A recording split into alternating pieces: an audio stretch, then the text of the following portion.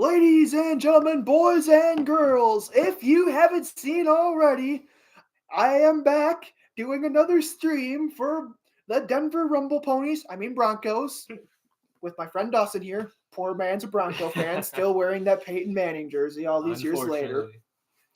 And I think it's the Green Bay Cheeseheads. Oh, wait, no, they're called the Packers, so the Cheeseheads would be a better name for Wisconsin. Or beer drinkers, one of the two. Yeah, I'd say beer drinkers. Wait, that's the name of our baseball team because they're called the Brewers. Yeah, this is going to be a lot of fun.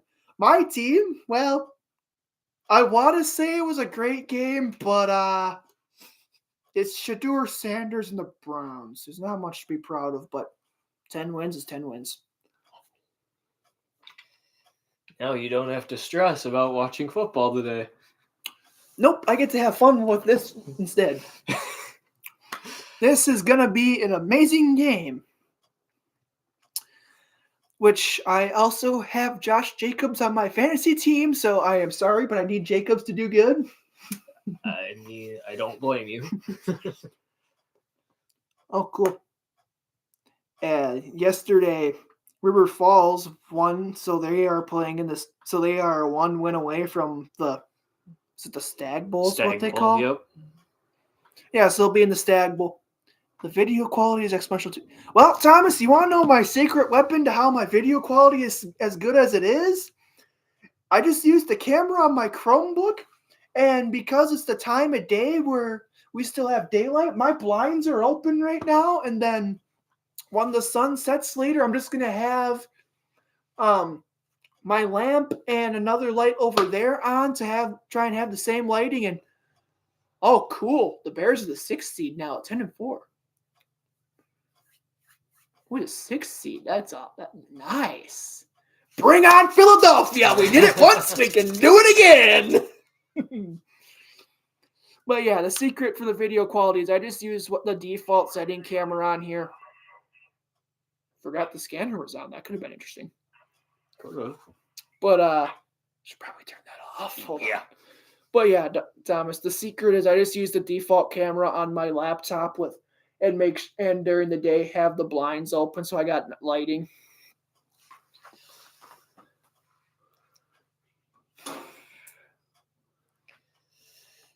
Fingers crossed this isn't a meltdown game for me. Well, it's gonna be stressful for sure. There's gonna be some people we know celebrating and some people we know going, what did we watch? At the end of the day, because ultimately we can't both be happy. Mm-hmm. Well, okay. I guess we all can be, but that would be. They already had a fight, the scuffle before the game started. That's all right. We know where this game's going. We know all that. It looked like Rashad Gary and one of the other players for the Denver Broncos got into each other's face as they were coming onto the field, and that was wow. I don't know how to say that. And Denver starts off with the ball. Well, let's see where they go. It's actually a pretty solid kick return because they're going to be at the 31-yard line, it looks like. Yeah. Well, Dawson, you take the ship for a little bit here while I put the rest of this on the word for social media. Yep. This will be an interesting game, especially when you have friends that want to do bets and seeing who wins and who doesn't. What bet did you make this time? I think you know which bet. You're wearing a Packer jersey, aren't you? If you lose. Yeah, but I don't think that's going to happen.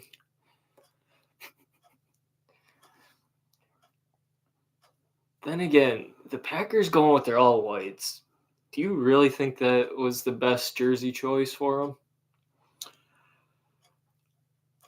I don't understand it. Like, the Packers, they're a team where, like, they're so enriched in their tradition, so their alternate uniforms, it's like they're you're either going to have to wear an all green uniform or all white uniform. They will never let you do like an all neon yellow color rush thing like they tried in Thursday Night Football the one time. Did the Broncos running back just have his head underneath Walker's butt? I think so. Of all the times I looked up, and that had to be the time I looked up. Well, we have a LaFleur is what, a fifth-year head coach? Is that correct? It could be. I'm pretty sure. All I know is going into the year, they said about how this was like the last year of his contract. Same with their GM Gutekunst. And Denver's already using a timeout this early in the first quarter. Why are we using a timeout this early? And we're at home, for crying out loud. This is going to be a fun game for me, folks. This is going to be a good thing I have root beer to... Oh, yeah. We got plenty of root beer. And the other kind of root beer, too.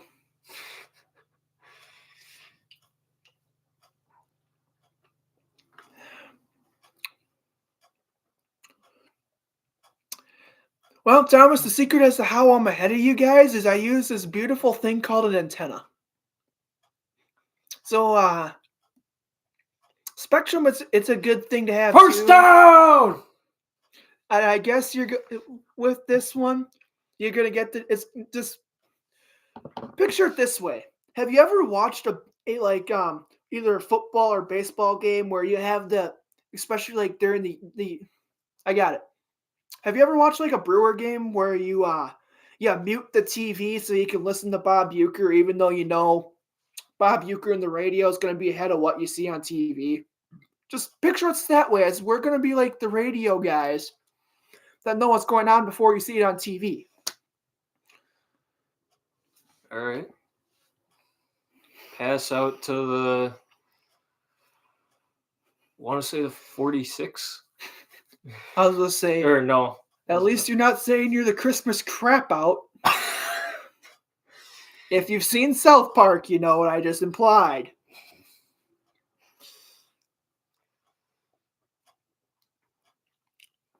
This is now amazing. Let's look at both teams' records, and let's bring the Bears into it too. Which two teams have a more beautiful record? The Bears and Broncos or the Packers? Well, statistically speaking, the Green Bay and Denver are even because they're both the 2 seeds going into today. As a Bear fan, I want to say they are 10-4, but at the same time, I can't argue Green Bay's success, especially when they're 4-0 in the division right now, man. I really can't argue how Green Bay I don't know how the hell they do it, but they just seem to, one guy leaves, they just plug in another guy and they just keep it moving. Well, I mean, like, record-wise, I still think the Bears have a prettier record than the Packers because ties should not count toward being in the lead with the division. Yeah, that I get where you're coming from with that one. However, like I said earlier, 4-0 within division play kind of speaks for itself. Ooh, what are they talking about? Laundry? And Bradshaw? I ain't pointed that way. And the Packers look happy. It's a fumble. Are you serious? Micah Parsons got him to fumble. Yep, right there. Yep, clear as day. Packers football. Dang it.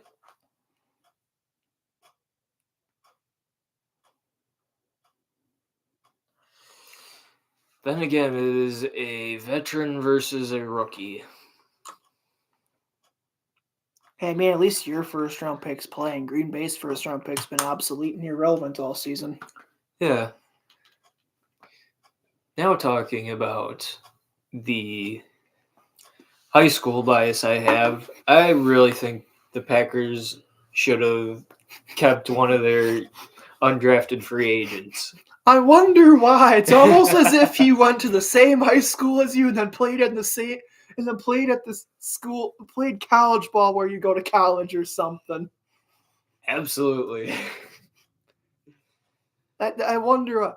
But yeah, that was when they showed the replay. Looking at that, that was just a textbook. Like Textbook it was strip. just Parsons was just doing his job and just bringing him down for the tackle, and then the ball happened to come loose. He's like, "Oh shit! There's the football, mine."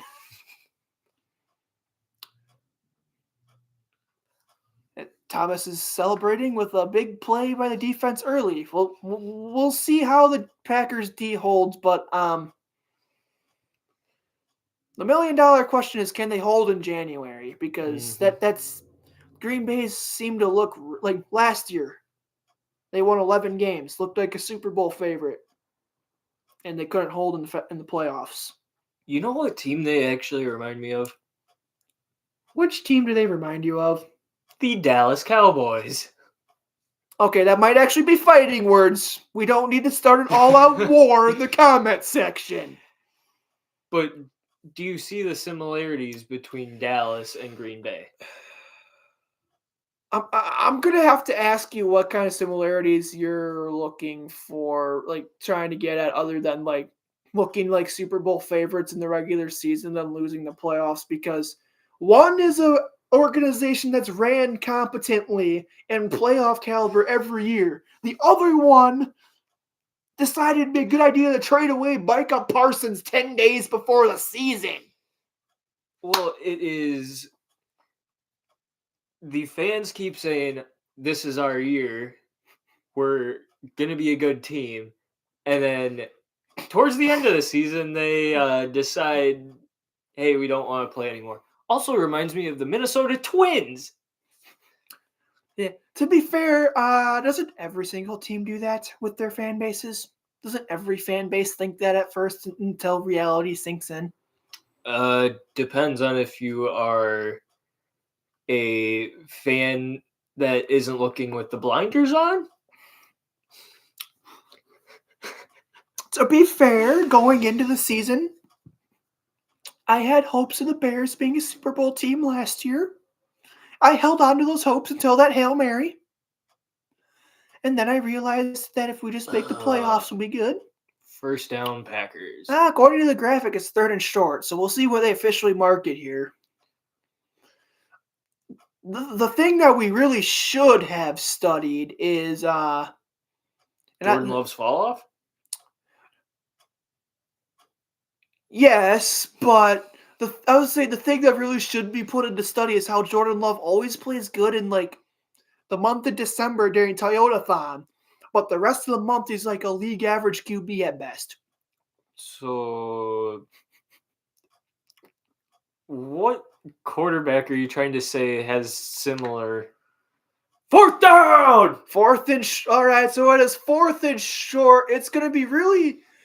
I'm curious to see what Matt LaFleur has up his sleeve, because he is the kind of coach this year that has been going for it, balls to the wall early. This is going to be really interesting to see if he's just going to try and do the hard count or actually go for it. He's 10 of 12 there. Green Bay is 10 of 12 on the year here on 4th and short, which CBS even put on a thing clarifying 4th and short is between 1 and 3 yards. Thank you. This looks like it's going to be a very long 1 yard, maybe like a yard and a half. Yeah, I'd say about a yard. And it looks like, hey, they did get the playoff. Love rolling out, and he got it. Got the first down. That I didn't know if they were going to get the playoff in time. I didn't think so either, but wow, if he got that was. Yeah, his knee is on the ground he literally got right to it and then just went down saying, fuck it, I got the first down. Yeah, I was going to say, if the refs said it was a turnover on downs, I would not have thought that was a turnover on downs. You would have seen the red handkerchief come out of LaFleur's pocket. Oh. There's laundry. There's laundry on the ground. False start. There's a cha-cha and it's a travel. traveling on the Packers. Wait, wrong sport. Though it would be fun watching these offensive linemen play basketball. Yes. Oh. Ooh.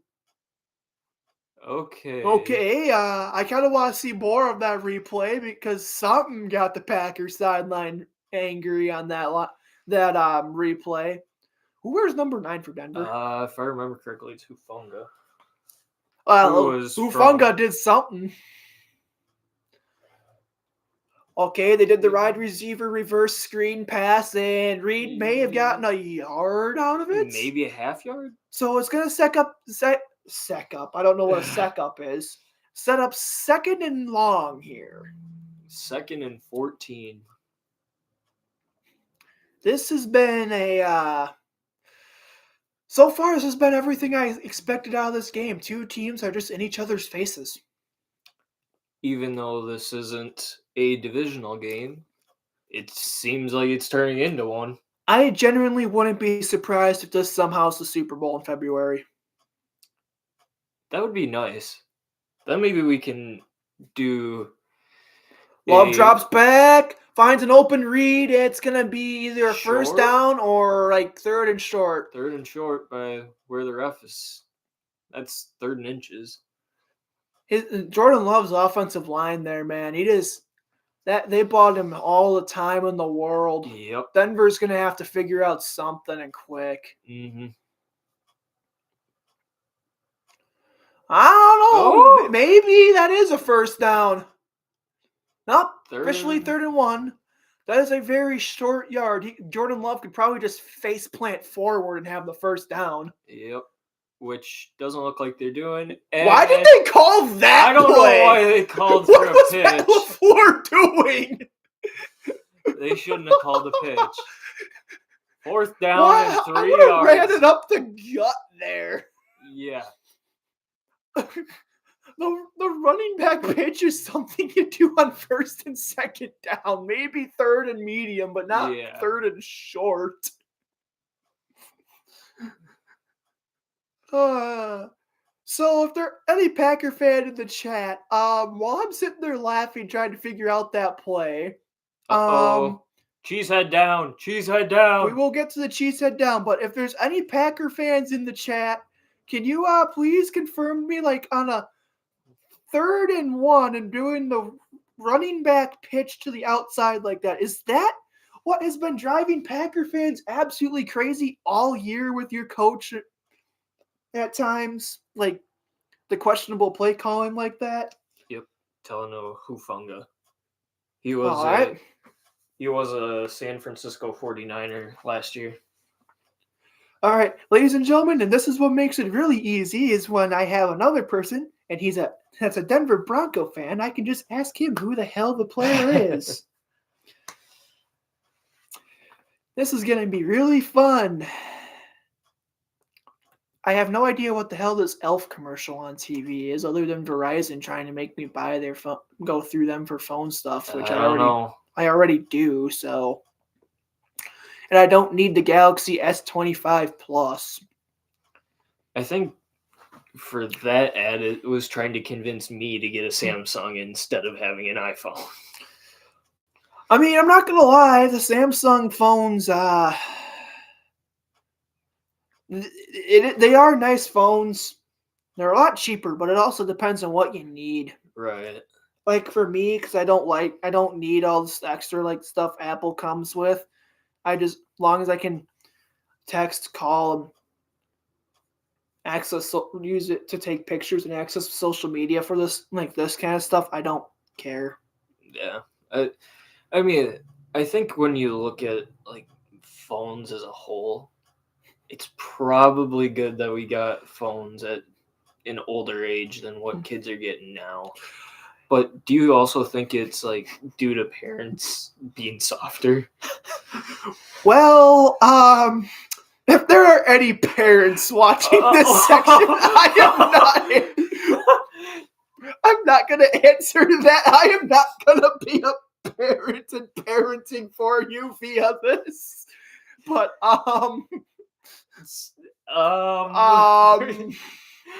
So I'm not going to answer that for you. I'm just going to say nowadays, it seems like Green Bay's down yet another tight end, and they are going to send in the place kicker, Brian McManus. Broncos legend. Brandon McManus. But, thank you, Thomas. Dawson and I enjoyed watching the Bears absolutely manhandle Shedeur Sanders today. It was kind of nice knowing I had a stress-free Bears game. McManus is coming out for a 53-yard try, and it sneaks in there through the upright. I mean, would it really have snuck in at any other stadium other than Denver with the altitude?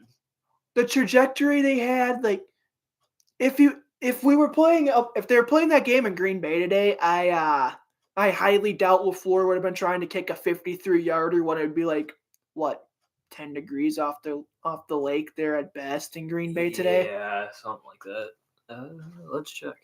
But anyways, as we were saying, like earlier, when Dawson was laughing because there was a SpongeBob advertisement, and I'm trying to figure out how to answer that phone question.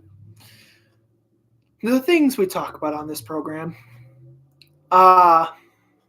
Right now in Green Bay it is 6 degrees. So yeah, 6 degrees and feels like sub-zero. They would not have been trying to kick a 53-yarder in. But when it's like, I think I heard like 55 degrees in Denver today at kickoff or something like that, you're going to. This time of year, if you're in, like, it doesn't matter. I guess Denver doesn't matter the time of year. You can kick one that far out and it won't, you don't have to worry. But, we got ourselves a kick return. Denver's going to start at the 40. You know what I'd like to actually kind of see, Dawson, with this modern kickoff rule? I'd kind of like to see how Devin Hester would handle this modern day rule. Devin Hester, Cordell Patterson. I would argue Hester was better than Cordell Patterson was in his heyday. I mean, both of them played for the Chicago Bears, but if we're looking at them in their primes... I was just trying to name returners that are able to take it to the house pretty frequently. Yeah, though if I had to pick one of them in their prime as my kick returner, give me Devin Hester all day, every day, twice on Sunday. Is that your bias speaking, or is that your non-fan blinder speaking? Can it be both? It could. I mean, Detroit's winning 7-0 with a pass to St. Brown. Won't that be something if LA loses to the Lions? I mean, the NFC North would be really interesting. I mean, Goff would have the last laugh this week. Yeah, but the other real question is, what were your Rumble Ponies thinking on a screen pass to the side that Parsons was on? I really don't know. The fact that teams think it is smart to do a screen pass, to me it seems like it doesn't work out like 99 out of 100 times. So see, on the one time it does work, it looks pretty for like the 5 to 10 yards you'll get, like they did there. Right. So yeah, you went from 2nd and 10 to 3rd and 5, so it kind of worked. Nix drops back. It's his check down. Dunk off, and of course. And we punt. We have a punt. Punts. That looks like he had no choice but to hit his check down because nobody else was open here. No one. I mean, he could have gone to the corner, but even that, you'd have to put it pretty well close to the sideline. Ooh, the Panthers lead the Saints 7-0 in the NFC South. I mean, I thought the Panthers were leading the NFC, so... Yes, they are now. Oh, could have let that roll. It started bouncing back towards the 15, so they touched it at the 10. And there's laundry. I almost said there's garbage on the field, which honestly, and they're showing the Broncos kicker, and there's now a rumble pony on the ground. The Panthers are in the division lead for the NFC South. Because the Falcons screwed up a lot of things for Tampa. Personal foul on the Packers. Unnecessary roughness. First down. So that's going to move Green Bay backwards a bit. What was Inabargley doing?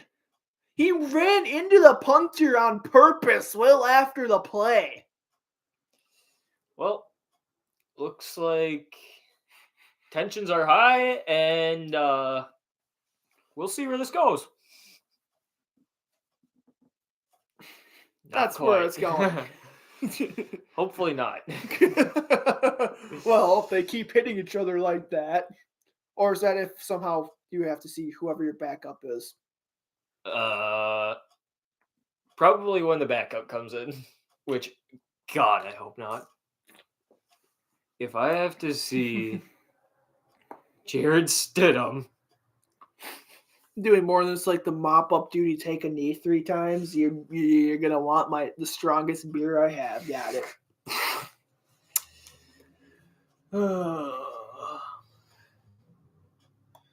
Apparently they made a movie called with Jack Black and Paul Rudd getting chased around by a giant anaconda. Why did we make that? Quarterback number 2, Jared Stidham. Don't worry, not everyone can have a good backup QB, guys. Not everyone can have Tyson Bagent. Says the guy that didn't want Tyson Bagent to come into the game. Well, yes, because if Bagent has to play against a team like Green Bay, that you're basically handing Green Bay the win. Because he's not as mobile as Williams, and he doesn't have the kind of arm strength he does.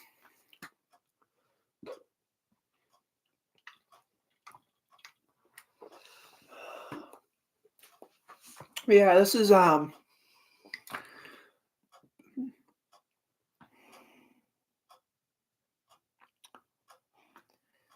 good job, Thomas. Way to be working for the Loggers and Steam this year. I'll be playing baseball this summer with the 35ers. The best baseball team in lacrosse, the 35ers. And I will die on that hill. I might be shucking corn. Have fun in Iowa.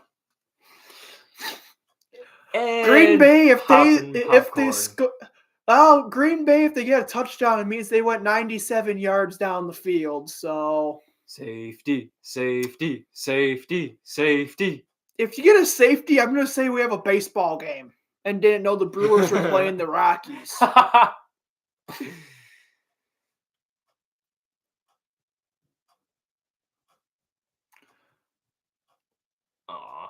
He ran it up the gut to maybe like 1 yard at the scrum. 1 yard. 2 at the most.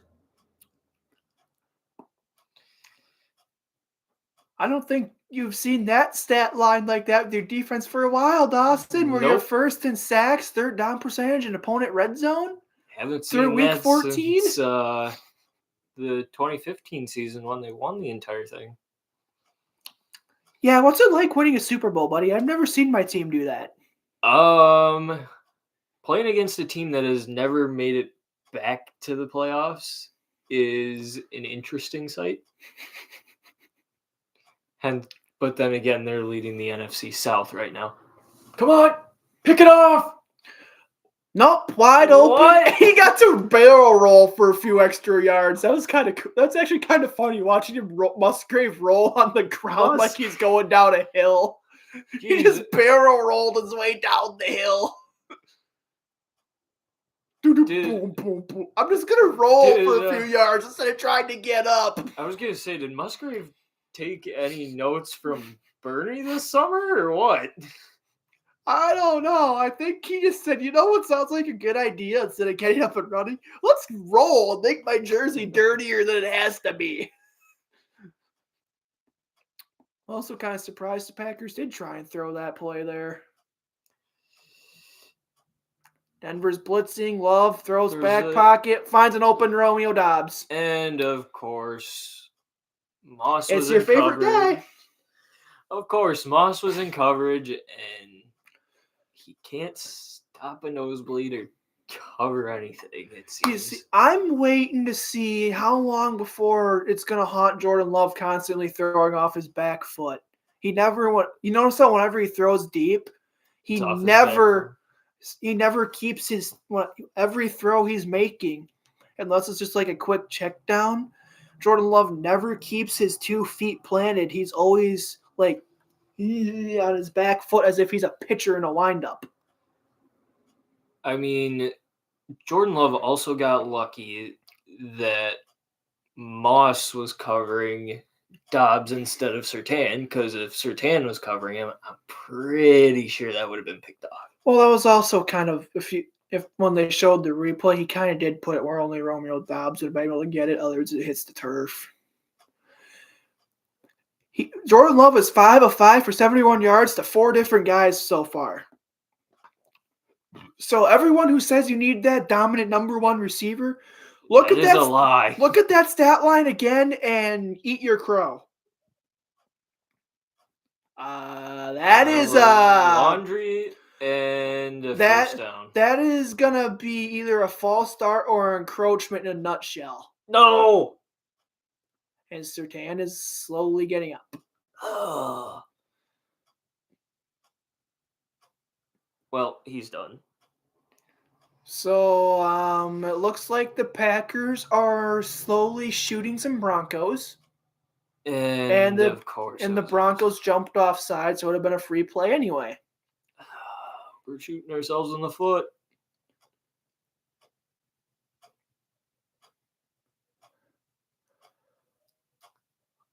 The man just took one hell of a shot on the play. Yeah.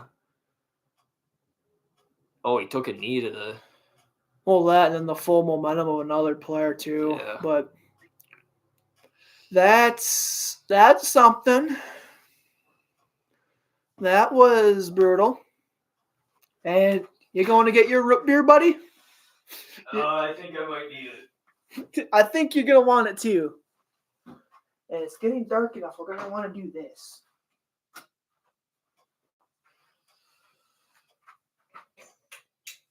See how that looks.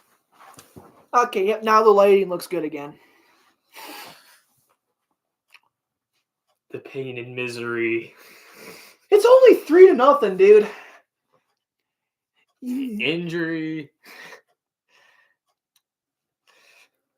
Again? I mean, Surtain seems like he's most of the defense, to be honest with you. At least you don't have to watch your team lose to that team every year. Who the hell thought Vikings-Lions on Christmas was a good idea, along with Cowboys and Redskins? I mean, Commanders or whatever they are in Washington now. I mean, I think the bigger question is, who thought Lions-Vikings behind a paywall on Netflix? I mean, I get you want to see America's least favorite team, the Dallas Cowgirls, behind a paywall. That would be called Roger Goodell, because the man won't fart for less than $20.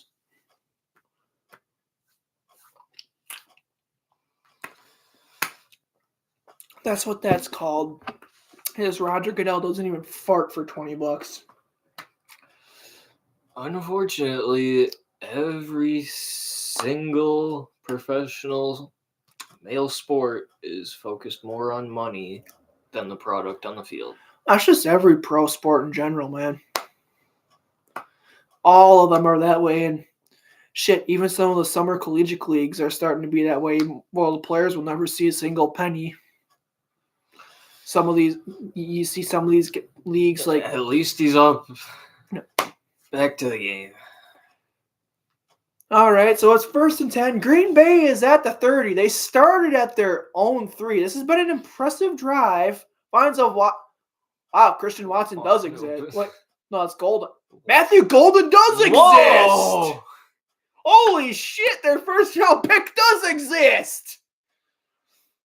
And I'm guessing that was Moss that got turned around thinking Golden was going to go straight. Well, if you just look at how that was set up, the route was him off. That route was set up to where the defender was going back like that. Of course. Well, Surtain's back in, so hopefully Love gets picked off. Well, your problem is Green Bay's moving. What's Laundry. The flag on now? Dobbs does not look too happy here. So is it an offensive OPI? If it's an OPI, that's rare. They never call that. Yeah, they rarely call that. The NFL, they're upset. Ineligible man downfield. That would do it.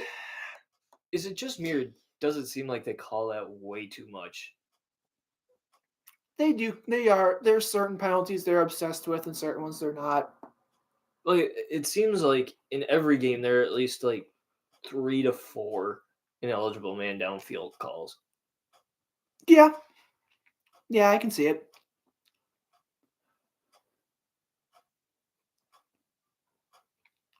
Well, let's first and 15.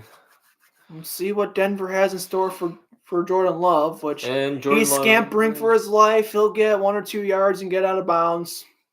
So set up 2nd and long here, like probably 2nd and 12 or 13. Well, you were right the first time, 2nd and 12. All right. And Josh Jacobs is on the sideline, which is not good for my fantasy team, which I am taking on the man right next to me in fantasy football. In the playoffs, I might add. I'm pretty sure this isn't the postseason yet. It is. It is? Yep. God damn, time's flown by. Yes, it has. Now just think. That's the end of the first quarter. Yep. I mean, just think about it. I didn't know it was the postseason already in fantasy football. I was going to say, just think. End of May, I'm going to be the only one left of the sports carnival still at UWL. Yeah, I can't wait to start paying my mountain of student loan debt. Oh, yeah, it is the first round of the playoffs. Shit. Well, I'm doing good this week, as of now. Don't worry, it says we both still have one guy to play, and the one guy I still have yet to play is TJ Hawkinson, and yours is Addison on the bench, so I'm most likely done. So after tonight, odds are your stuff is done. Yep. Ooh, Michael Pittman decided to actually catch the ball. Of course. 2 receptions for 17 yards. He's lighting the world on fire, baby! He's lighting the world on fire with an old grandpa under center. Okay, I'm curious. Let's see what Phillip Rivers' stat line is. This is going to be something else. Yep, there goes that souped up, revved up truck that goes by every day at 4 o'clock. Detroit and LA are tied at 7. Detroit has the football. Carolina has the ball up 7-0 on the Saints. The Giants. The 49ers are up 7-3 on the Titans. Phillip Rivers right now has 1 fantasy point with 31 passing yards. He is 3 of 8, which is honestly better than I thought he would be. They're tied at 3. I don't think anyone in their right mind thought a 44-year-old grandpa was going to be playing in the NFL again. Nope. Why do I have a weird feeling there's a football helmet in Tom Brady's closet screaming his name? I don't blame you. I kind of hear that too. But Tom Brady's sitting there going, I did it once and I lost literally everything. Except for my dog that I cloned. So we don't even know if it's the original dog or the clone of the dog now. And to start the second quarter, Green Bay will start in Denver's red zone. They started this drive at their own 3. So they have moved 84 yards already. 3 rushes, 4 passes in this drive for play selection.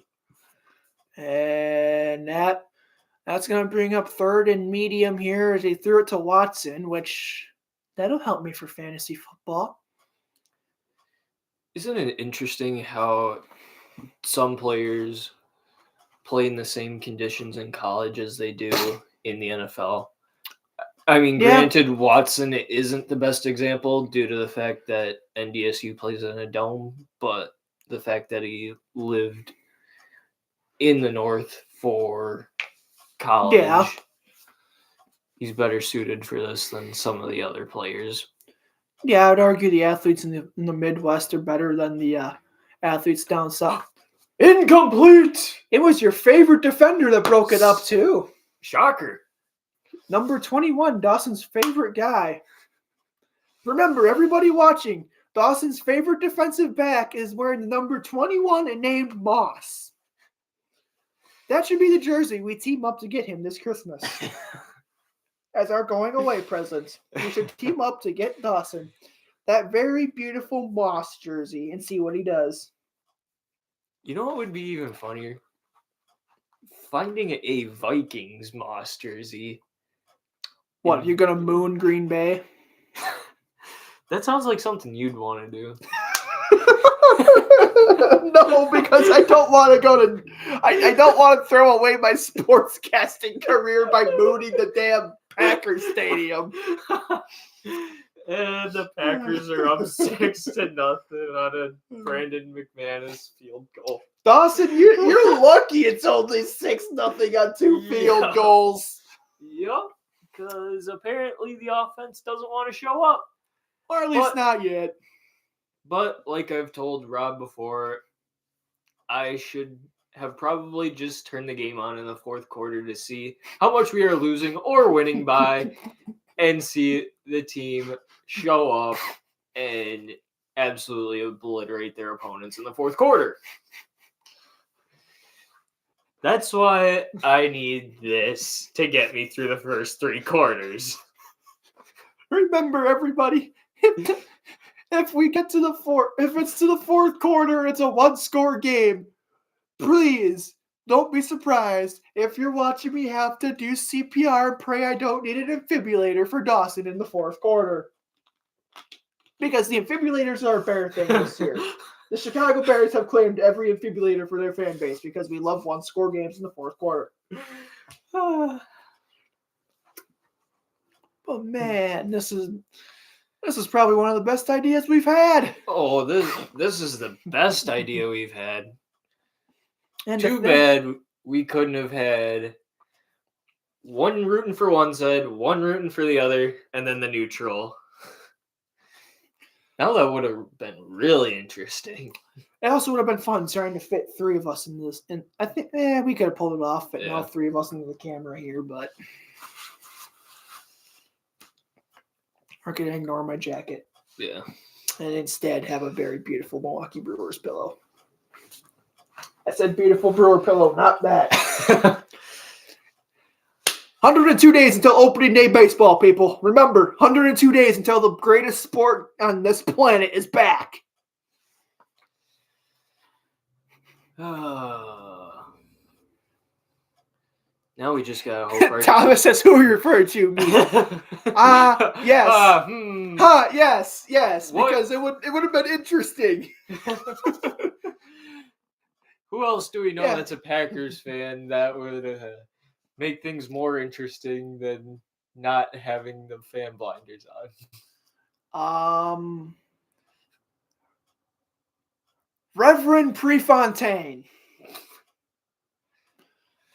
I don't even know if there's a such thing as Reverend Prefontaine, if he exists or not, but Especially considering I just looked up and pulled it out thin air like at the Steve Prefontaine running poster, but yeah, Thomas, I know we fit 3 people on the couch. It's just what I'm trying to figure out is how we would have fit like all 3 of us in like the camera angle here. But when there's a will, there's a way. For me, it's just moving everything back a few inches. And Denver is going to start on the 30-yard line. So a touchback? Pretty much nowadays. It's honestly pathetic that the touchback, it's just if you get one, all you need is 10 yards to get in your first. If you get one first down of 10 yards or more, you're like 10, 15 yards, you're at midfield on touchback now. Yeah, that's so stupid. Bring back starting at the 20. Nick's running. That's going to be a hold. There's no way that's not going to be a holding play there. Back it up.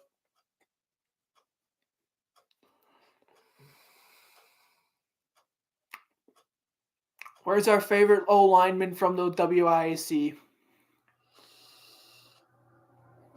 Where is he? Because I'm pretty sure he still plays for the Broncos. Yes, Didn't he they does. extend him? Yeah. Oh, yeah, that's why. Yeah. He had his arm wrapped around where Parsons was like, "Help, I'm being choked." He was basically number 77, if I'm not mistaken. Yep. Nope. Yep. 77. But yeah, it looked like he was damn near choking Micah Parsons out on that. And did they just pick him up and carry him backwards on the forward progress? Oh! Where are the flags coming from? What's the laundry for? Oh, some of those refs, they got an arm. Look how as far as those things flew. Personal foul, unnecessary roughness, defense. What the hell was that? But those refs, are we sure some of them didn't play catcher in high school as far as they threw those fucking flags? Like, damn. Oh, that's why. That's why. The man just like gut. The man just like body slammed him. He body slammed him like in the WWE, and another one of his teammates basically punched him in the face. That could have been. And Bo Nix, what are we doing? Jordan Love was probably asking the same thing on the sideline. What are you doing? And Denver's running to the outside and gets about, what do you say, 5 yards? I'd say it's about 4 or 5 yards on that run. Maybe 6 if they're generous. So I would say it's about second and 4. Well, when they get this stupid Nickelodeon slime thing out, it's 2nd and 6, so it is a gain of 4 officially. The fact that, oh dear God, Denver, please do not score a touchdown because everybody watching this game with a bunch of 5th graders is what I want to scream. And if Green Bay's got 116 yards to Denver's 41. Now make it 42. Yeah. A very good number in the world of baseball. Absolutely. Also a great movie. It is 3rd and 5, so it'll be interesting to see what happens. And the rookie R.J. Harvey is going out for this play, which means hopefully we have a blocking back. But then again, never know what Sean Payton's going to have in mind for 3rd down. I wouldn't be surprised if it's a screen, for crying out loud. Well, this has been a really weird season. Well, he got the first down on the quick little slant there. Well, actually, that was a slant. It looked more like it was the... looked more like a curl. Let's say it looked more like a curl where it comes back just enough for the first down. Yeah, that was the curl route where he just comes, gets the first down, and then ducks knowing he's about to get hit. And again, Denver, if you score a touchdown and kick the extra point, every single parent in America watching this game is going to scream. Yep. Especially if they have younger kids. And again, there's a cha-cha. Also, how strong are these refs' arms to get those pieces of laundry to fly that far?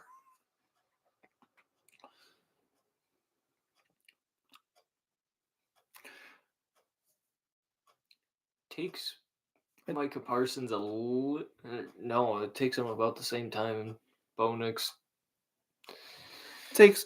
Of course, when they showed that when they showed that for Parsons taking 2.2 seconds to get to the quarterback, they showed the clip of when the Detroit Lions so generously gifted him a wide open pass rush lane with nobody even there. So I would hope it takes him like less than 3 seconds to get to the quarterback with no one blocking. And Denver does a jet sweep and gets 3 yards out of it. Mims has had a surprising season. Well, the man was a second-round pick for a reason, even if it was by the Jets. I mean, he's been more our punt returner. And whoa! So I'm just gonna say this as someone that's neutral in this game. If Micah Parsons can get away with absolutely manhandling and holding back the holding one of the arms for Denver's receiver, but when the other team is holding Parsons, Packer fans say it should be a penalty every time. That should have been at least defensive holding. It should have been defensive holding or DPI on Parsons there, because he was manhandling the guy. And first down for Denver and then on some. A pass. That was. I didn't realize that when your name's Micah Parsons, you can go to your teammate or the other player, yeah. But if that was a Broncos helmet or any other helmet in the league, minus the Chiefs usually, but that could have been just about any other helmet in the league, and that would have been a pass interference holding, it seems, this year. And Denver drops back. Nick's running for his life. And steps out with maybe a half-yard gain. It looks like they're giving him exactly 1 yard, which is about right. The fact that that should tell you how long his strides were, but that just... Why does Jordan Love look like he's like, I don't want to be here right now? I don't know. I don't want to be on this bench. They put me on the part of the bench I don't want to be on. I want to be somewhere else, but not this section of the bench. And a run was called. Now Denver is about... it's 3rd and 3. I still don't know what that play call was. And I'm trying to figure out what's got Jordan Love sitting there like, why this section of the bench, man? Like, that's my question. Mm-hmm. RJ Harvey has ran it for 6 times for 22 yards, and that fumbled on the opening drive to none other than Micah Parsons. Bo Nix drops back and wide open. The pass off. Touchdown. Wide Broncos. open. Okay. Now, as a Broncos fan, don't make the extra point, Will Lutz. Don't do it. Okay. You heard it there first, folks. A Denver Bronco fan not wanting his team to hit the extra point. I can't wait to post that clip later on social media of you asking your kicker to miss a kick on purpose in Broncos gear. Every single parent in America batten down the hatches, because if you have a 5-year-old in the house. Also, how was their flag on the extra point? Probably running into the kicker or false start. Looks like that must have been his first touchdown. Maybe. I don't know why else they'd be going berserk for the man on the sideline like that. And hugging the man. And him holding the football. Okay. I don't even think the zebra knows what they want. Okay, the extra point This is good. Personal foul. Oh, it's on the Packers. Roughing the kicker? It was after the play. So after the, which means you're going to be, so basically they're going to have you kicking it off from the 50, which is going to guarantee a touchback. Yeah. And the new setup they have, you can't do the squib kick anymore, which is stupid, which... I was going to say, who did it last week? I thought I remember seeing someone do it last week on complete accident. Wasn't that the Bears? No, I think you're missing you're thinking of the Young Hoku field goal where he just gets his foot stuck in the ground, but no. Yeah, No, they completely outlawed the squib kick, which is stupid. No, I feel like I do remember where the kicker was trying to get it up, but it ended up going to be a squib kick and didn't even make it past his team.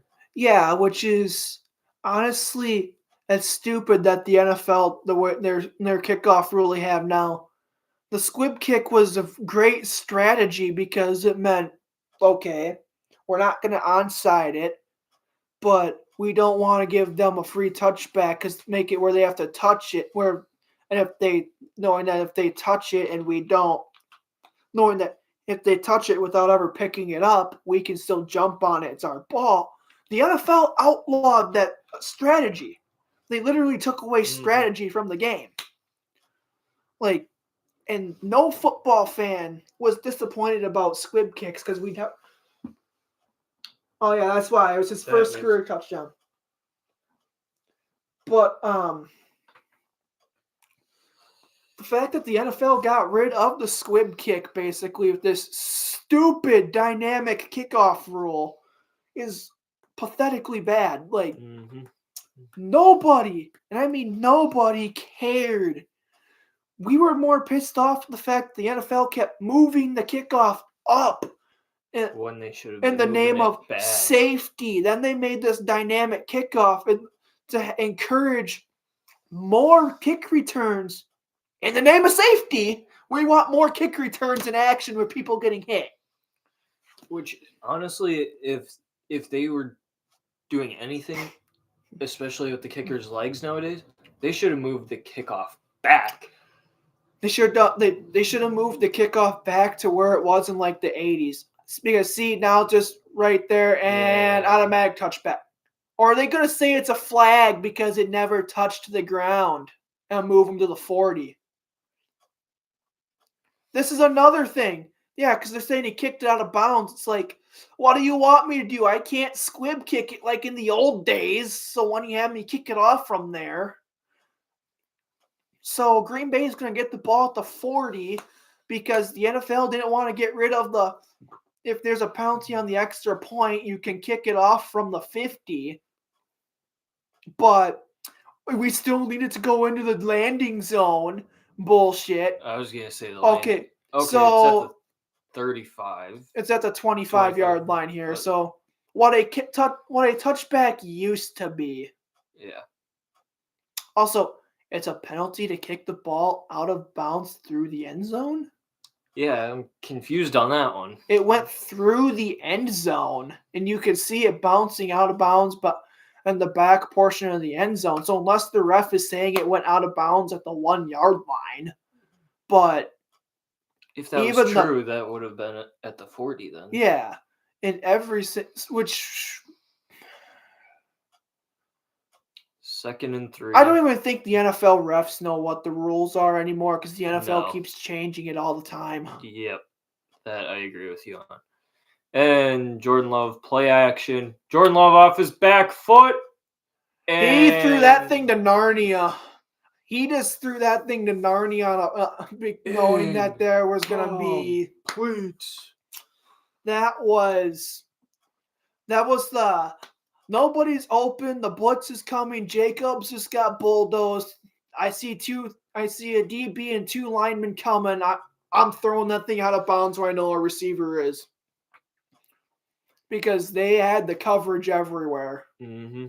So he just threw it out of bounds near Jalen Reed to say it was, so it wouldn't be intentional grounding. Yep. But yet, where if it but just short of the bouncing off the fence by the crowd, so it's not. Jordan Love dropping back, and what are we doing? I don't know, but that was actually that was a really good route by Jalen Reed there. I give him that. He was wide open. He read your defense like a textbook here. Which I don't think either of us want to be thinking about that right now, with it being that time of year. Yeah, no, I don't really want to think about.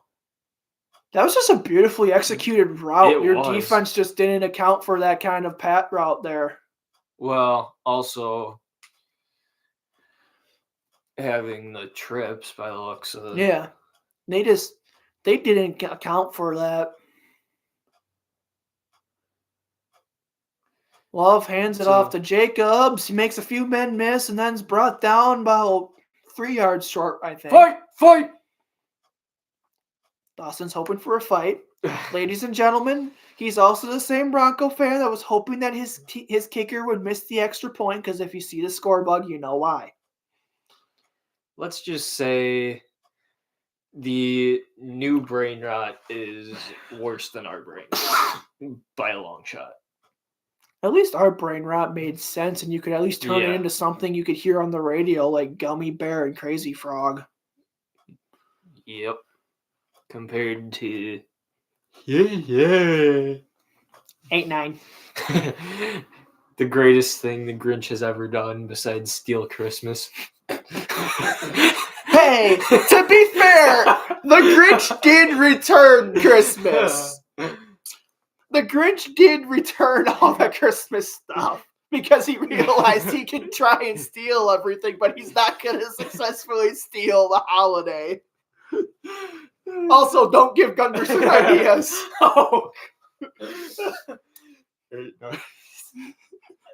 I don't think Gunderson would want that idea. That's not the idea I was getting at. Do not give corporate America ideas like stealing our holidays.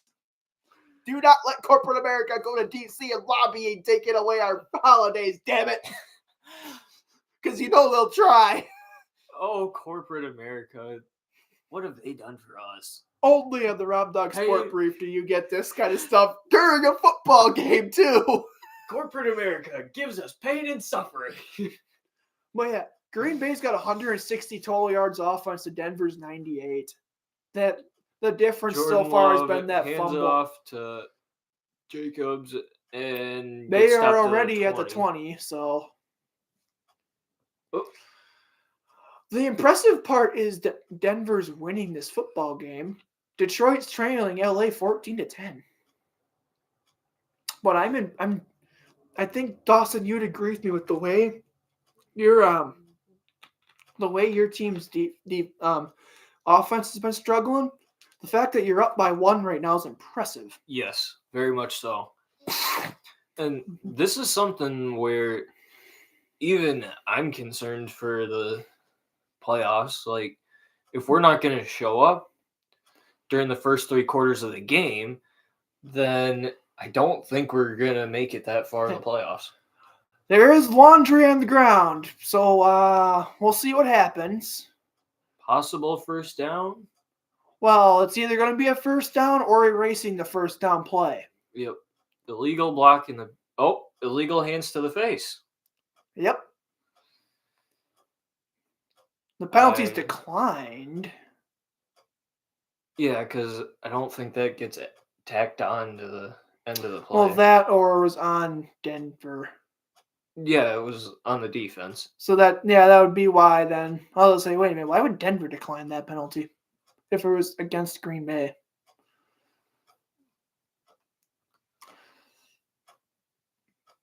And yeah, that's surprising that more laundry. Kind of. I think the touchdown's getting called back. If it's on Denver, Green Bay's going to keep the TD, obviously. If it's against Green Bay, Denver's going to say move your asses backwards. Yep. I was going to say CBS CBS jumped the gun on the graphic. Well, every outlet always they always do the touchdown graphic. I feel like I've seen it where even though it is a touchdown, they know that it's not going to due to the fact they'll that still have the scoreboard go up there, and because all you have to do is just put the points, 12 but back to the 7. The touchdown part of it. So it's going to be first and goal from the 15, which honestly is really doable. Detroit's up 17-14. Oh, and that's an incomplete pass. That was a really, really embarrassing drop by Musgrave there. Yeah. He was also lucky that was a forward pass. That just, he had brick hands. I don't know what else to say. It just boom right there, right in and of his hands, and he has some of the sod inside his helmet. And Jordan Love it looks like Love had to throw that sooner than he wanted to because he got absolutely clocked. He has 11 of 14 for 147 yards right now. Second and goal from the 15. 3-2 timeout Green Bay. That is their second timeout. They only have one left with 4:44 to go in the second here in the half. Matt LaFleur is like, why did you make me have to waste another one? I love how your stadium, Dawson, has an AC/DC advertisement on the side of it. They must be having a concert there at some point. Oh, yeah, you can see it says AC/DC Pro Lineup Tour. The cameras have decided to show us the AC/DC advertisement out there in the break with the drone. I don't know about you, but I would personally want to be at that concert. That actually would be kind of a cool one to see. Not as cool as Metallica, of course, but still cool. Oh, you know what would be another cool one to see? Rammstein. Du hast. Love under center. Drops back. Scramble. There is Laundry on the ground. He throws up a prayer right through the hands of Satan. Oh. But something tells me there's a holding with the way the Laundry came out after he escaped in the back there. Yep, it's a holding, so they're going to march backwards unless it's declined. Third down. If the Packers receiver would have caught that somehow, then they would have said move backwards 10 more yards. Which the penalty was due to a bear hug. Oh yeah. But what's even more impressive is Surtain somehow almost caught that for the pick. Third and goal. I don't know why 15. It is. Green Bay seems to always struggle in Denver. I don't know why. Love drops back. Throws it up. To Jacobs with the touchdown catch. Ooh. Did he get the feet down? I don't know why he wouldn't have based on what we saw.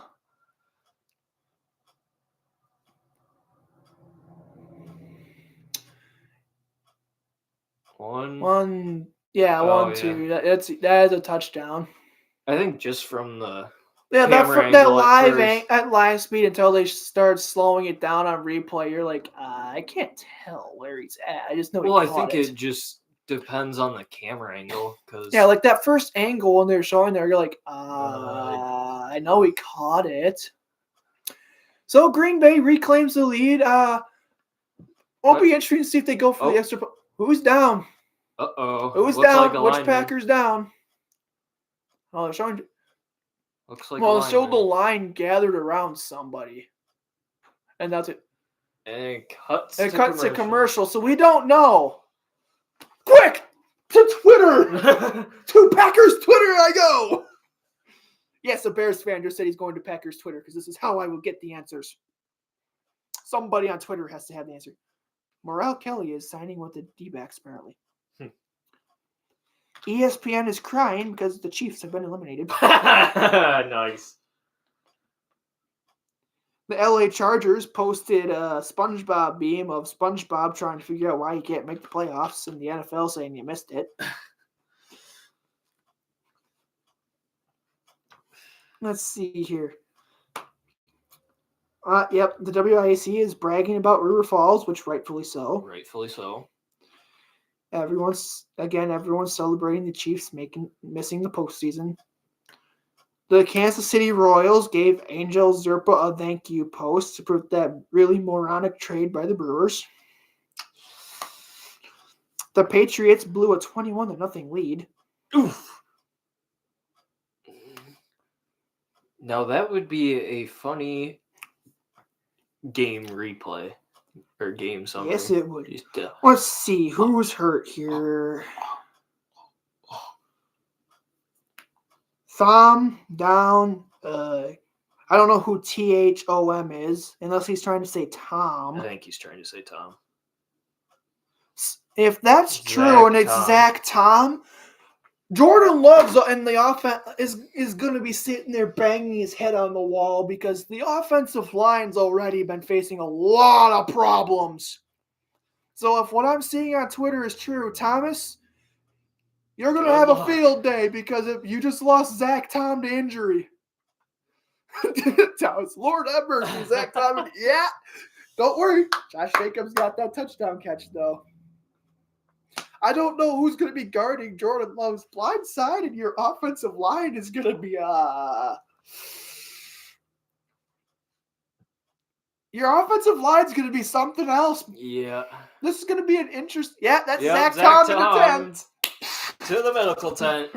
That's going to be... Now the question, do they kick the based on Jacobs on the sideline, I'm going to say they're kicking the PAT. Yeah. Usually you don't see teams going for the 2-point conversion as much anymore.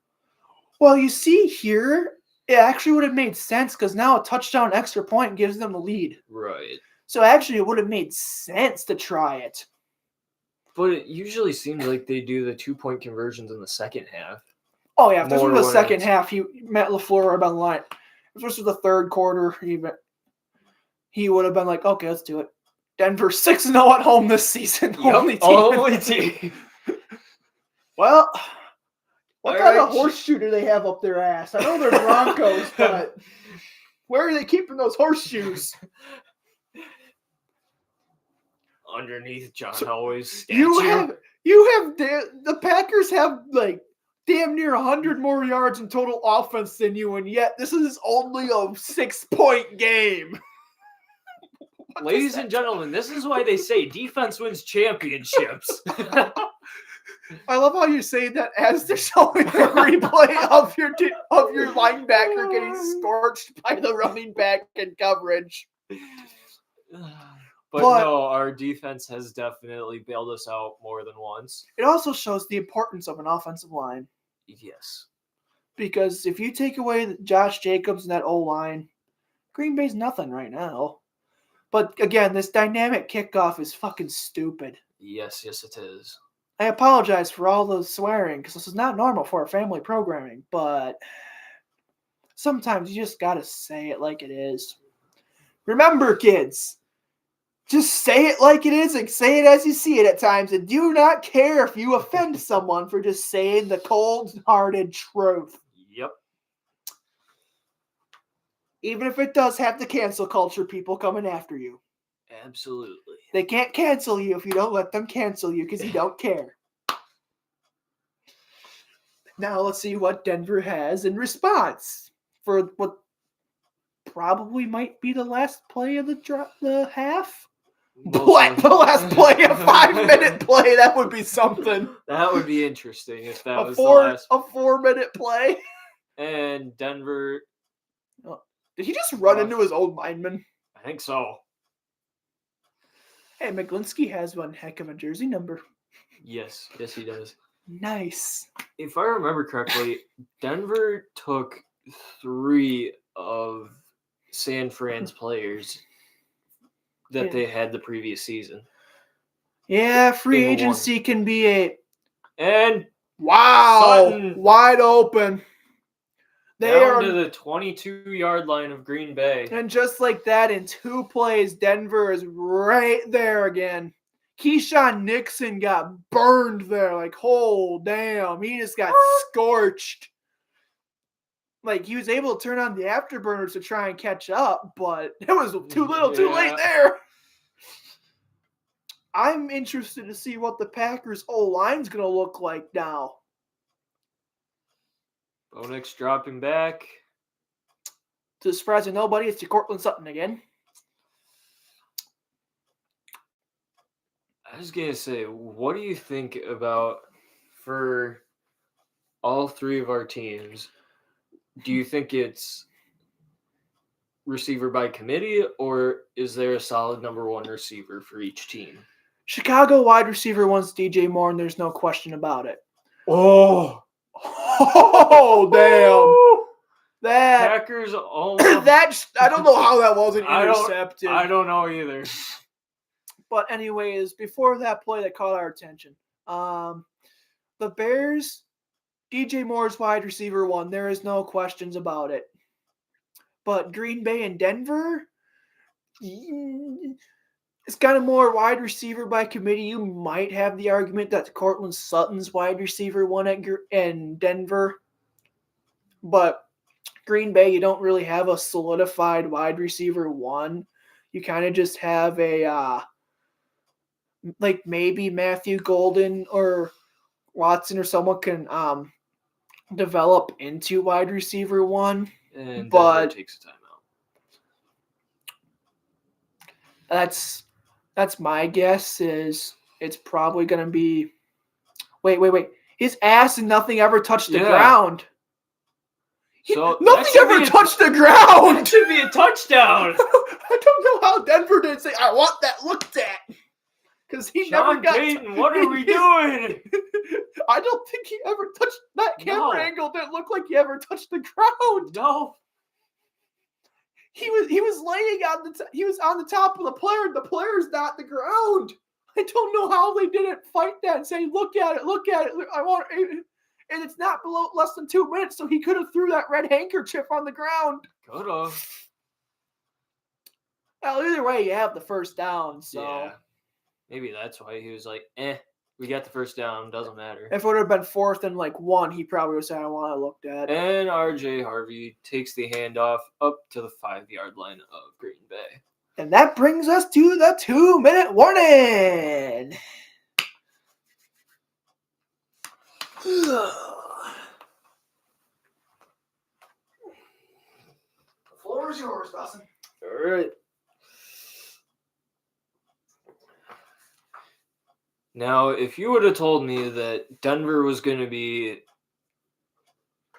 one of the best teams in the AFC, I wouldn't have believed you, due to the fact that in my preseason prediction, I had them going 10-7. So, just like Rob, I was surprised to see that Denver's doing this well. But, I mean, I'll take it. So, we'll see where the rest of the season goes. But they already exceeded expectations for me. Yeah, Chicago definitely exceeded mine. I had them at 8 and 9, I'm pretty sure, is what I said. Said the ceiling was 8 and 9 or 9 and 8, and the floor was, God help me, 0 and 17.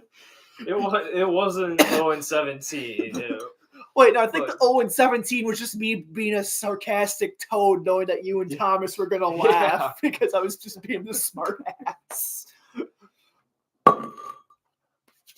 But yeah, I'm pretty sure. I think I said the floor was 5 and 12, and the ceiling was 8 and 9.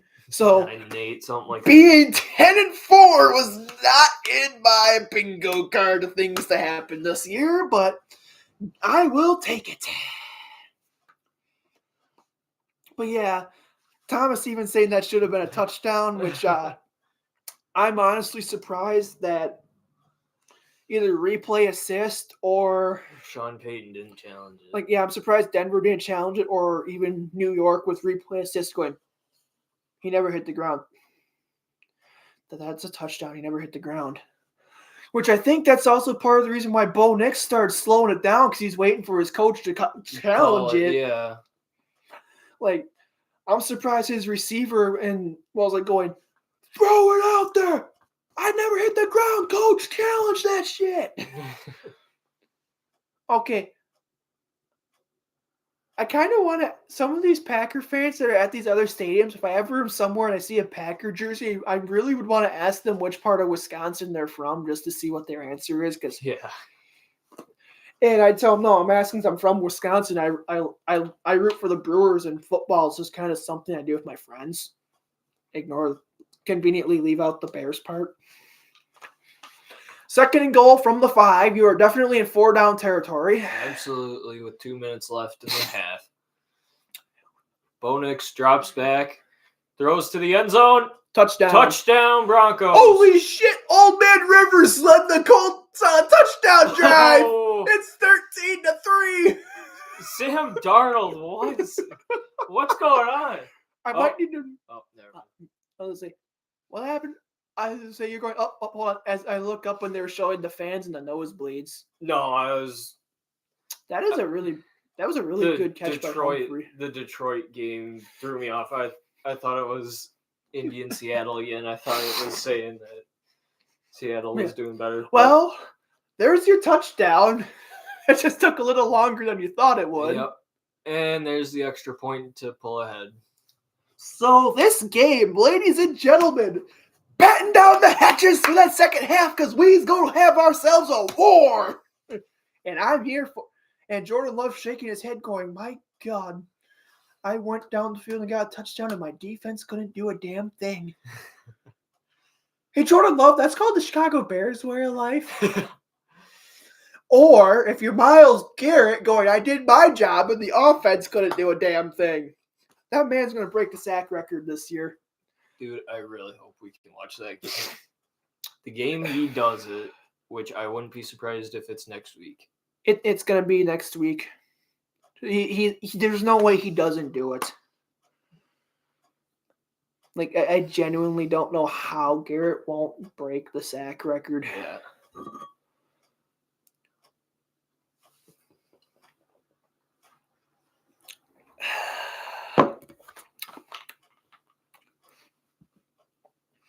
So while Dawson's having his root beer, I'm having a really good version of root beer. Anyone who's had Not Your Father's knows exactly what I'm implying by having a good root beer. I might have to go get myself some more at a later date.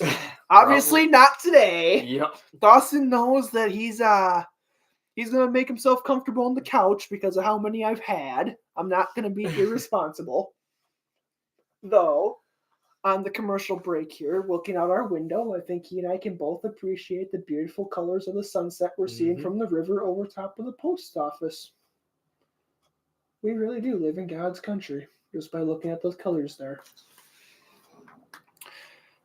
Also means in a few minutes I should probably shut the blinds so people can't... Though I'm going to wait till it gets dark out because I kind of need the natural lighting as long as we can to pull this off better. Mm-hmm.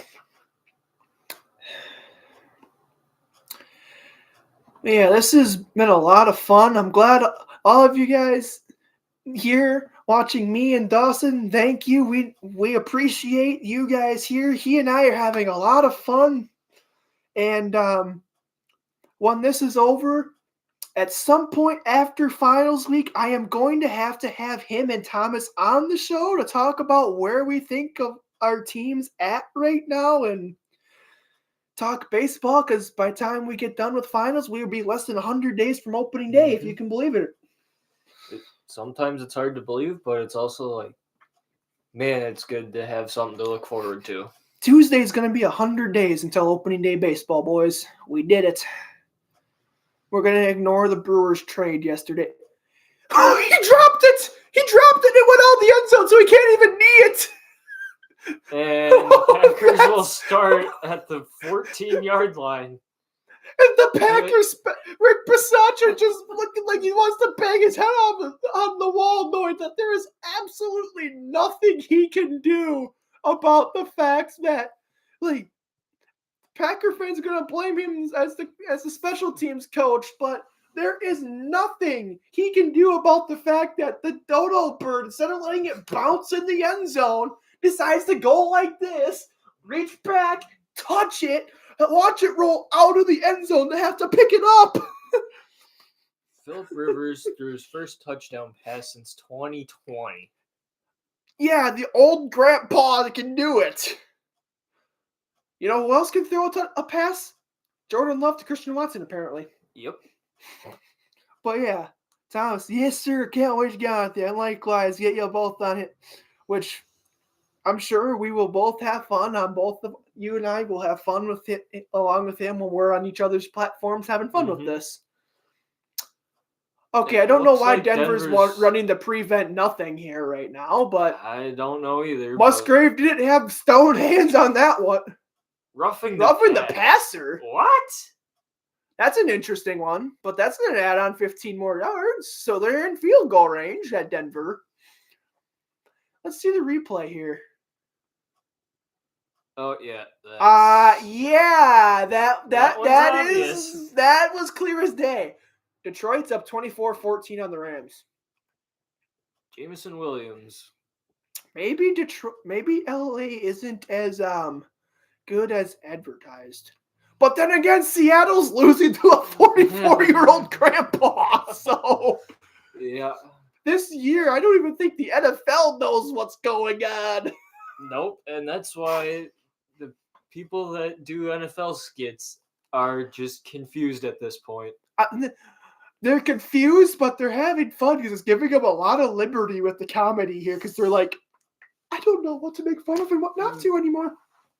Like biggest thing, Mega Casuals top 10. I don't know. I don't even know what to do anymore. I don't even know why they're here. Indianapolis. The Bears. We're contenders now. Denver. Why didn't you let me in earlier? And then me as the Bear fan. Wait, what do you mean the Bears are playing good football?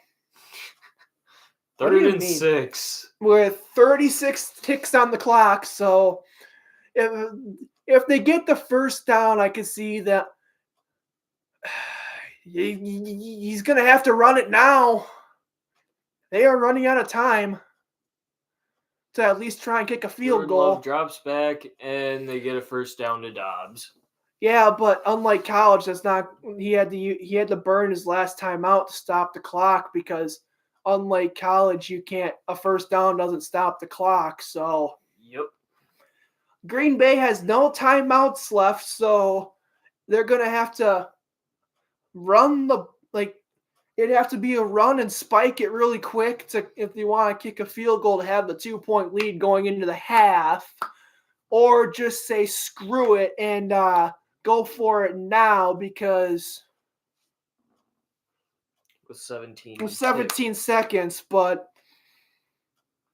you're not going to see him kick a first down field goal because that'd be unless it's like 2 seconds left and it's like the Super Bowl where you know a field goal is going to win the game. Then you're going to say screw this, especially if it's a chip shot. Denver playing prevent defense. Well, of course you're going to play prevent because if you keep them in bounds, like so, or not, 10 seconds left. So say he got out of bounds, but this one now it's like, okay, now Jordan Love's. Though Denver gets the ball, so.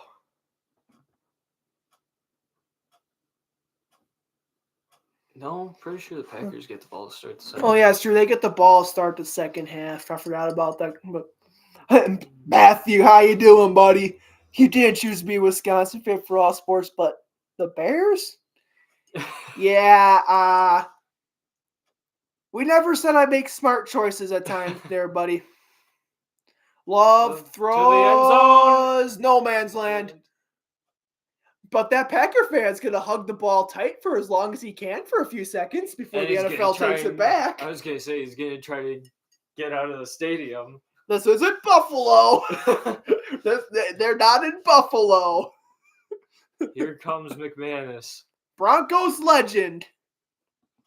Hey, he's got a Super Bowl ring with them. Yep. And under 2 Super Bowls. Man, we had him for 8 years. Why couldn't he have stayed? Because of certain allegations. Yeah. And he splits the uprights to give Green Bay the 2-point lead going into the half. This has actually been about what I was expecting. Back and forth battle, and I'm just really curious to see. The question here is, what would have happened if Denver didn't fumble in the first possession? How would this look? yeah. That would be a fun one to figure out. How would it have looked? We'd be up 2 games. If we win this, then we'd be down 1 if we lose. So, oh God. If Green Bay loses this, that means Bear Packers going to be a war for the division again. Please, no. Make up your mind. Which one do you want?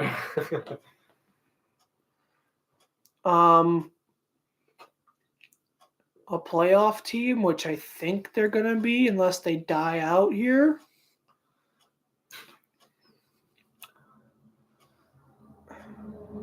I wouldn't mind beating that team, but doesn't mean I don't want to have the absolute stress factor that it's going to bring at work again on Saturday night. Also, that's weird to think we've reached a portion of the season where there's no football on TV on Saturdays because it's the. Well, I guess you have bowl season, but no, we've got NFL Saturday. No, I'm talking about like college football. Mm. Green Bay has been in the red zone 4 times and had to kick a field goal every time. Well, okay. They had that touchdown, but they technically weren't in the red zone anymore. So there are 3 trips to the red zone, and they had to kick a field goal every time.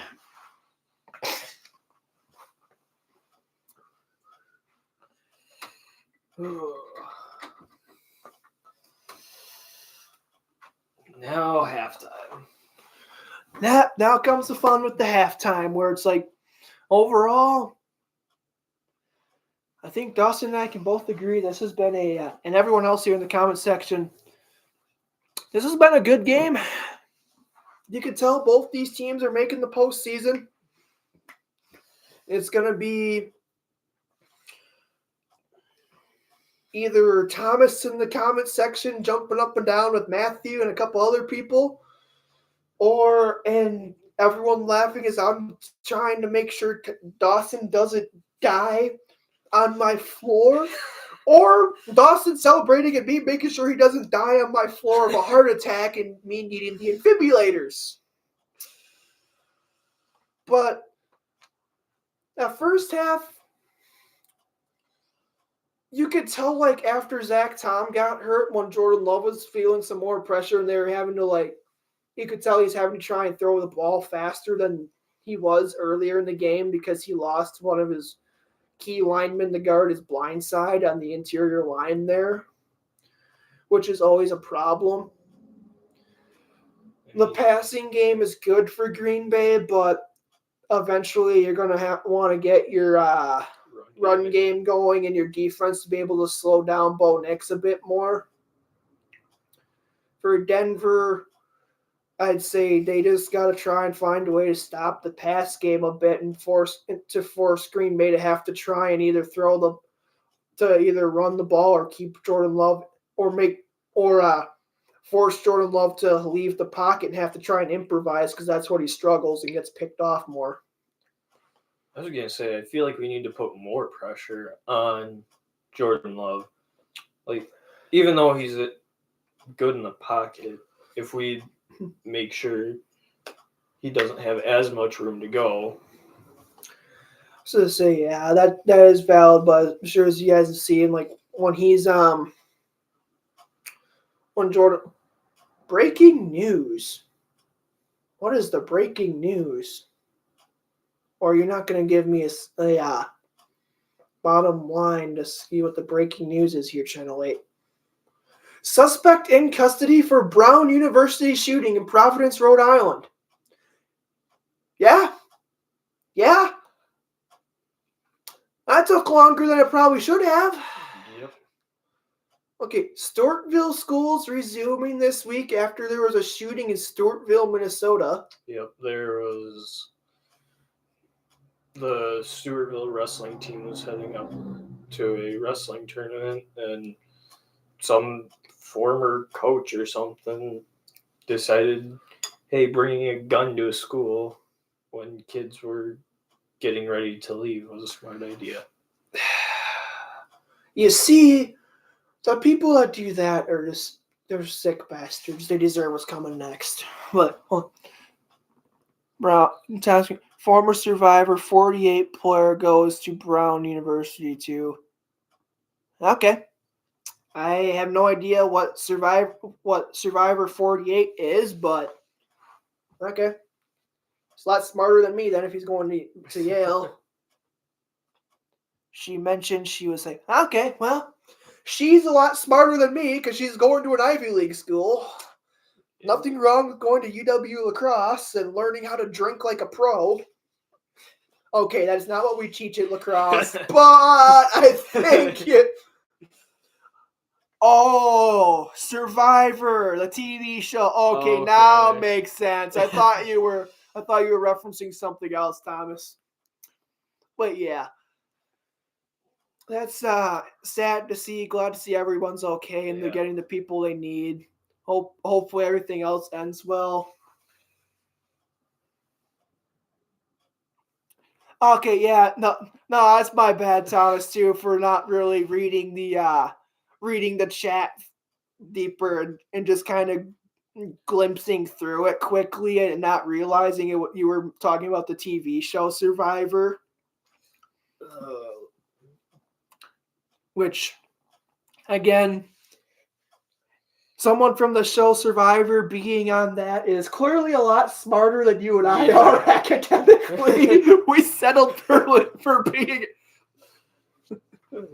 Survivor 50 premieres a week before his birthday, so I'm assuming like the 50, that's like the number there, that's referring to like the seasons, like season 50 probably. Wait. Survivor's been on TV that long? Apparently. How long has that show been on air? I don't know. Damn. I guess I really don't watch a lot of TV. Bonix has... It's been on for 25 years. Oh, jeez. That show's older than I am. All right. Okay, we get that. I don't know if Jacksonville was just really good in that game or just it was the Jets. It was probably the Jets. Wait, it said B. Cooks had 3. Did Justin Fields now pick? Because it said Cooks had 3 interceptions for the Jets. So, hold on. I got to read this Jets box score, guys. Bear with us. I'm curious on something. Because there's no way Justin Fields got benched even by the Jets, is there? It was... I thought I saw, like, Tyrod Taylor couldn't go. Justin Fields got benched. 13-6 Saints. Colts over the Sea Chickens. Box score. The Jets rolled out Brady Cook, and he's got one. And he went 22 and 33, 176 yards with 1 touchdown and 3 picks. He has 1 touchdown and 5 interceptions on the season. Oh my God. One of my former classmates from TC that's a Jet fan. Buddy, if you're seeing this, I am so sorry for your pain because I understand it. And thank God I have Caleb Williams this year. I can't wait for when the Bears decide to move on to another quarterback for God knows how long before they get another one like Williams. Who knows? Next thing you know, the Bears go through, like, let's see. I don't even know how many quarterbacks they had in my life. Well, the Packers are just on, like, what, quarterback 5? They're on the second quarterback in our lifetime. Well, technically third if you want to count Favre. But well, that's actually pretty cool. Thomas said for the first time ever, like, viewers and fans voted on key parts of the season and how they will work, so the players don't get to find out what fans choose until they're already there competing, which actually makes that actually might make that show kind of funny. To the surprise of nobody, the Dolphins are struggling to wait. The Dolphins lost today, didn't they? I think so. Because if they did, to the surprise of nobody, they lost when it was below 30 again. Yeah. This is from Scores, CBS Sports.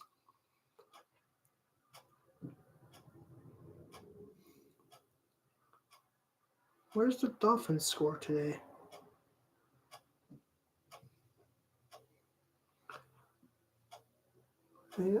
NFL 15. Oh, they play tomorrow night. That's why I didn't see them today. And it's supposed to be like snowing out there. So Tua Tagovailoa or Tua turned the ball over in the snow versus Unc. That's Rodgers. Actually pretty cool. Perry Thomas said how they're gonna have like some of the older era versus the newer era of Survivor on the two. Which interesting. I guess when the show's been on that long, you gotta try and do something to keep people interested. Yep. Unlike the NFL, where you could roll out the same stuff every year, and we keep coming back because Americans are trained drones with sports. Yep. Can it be baseball season already? I'm bored. I know the Bears are winning, but I'm bored. Can baseball come back?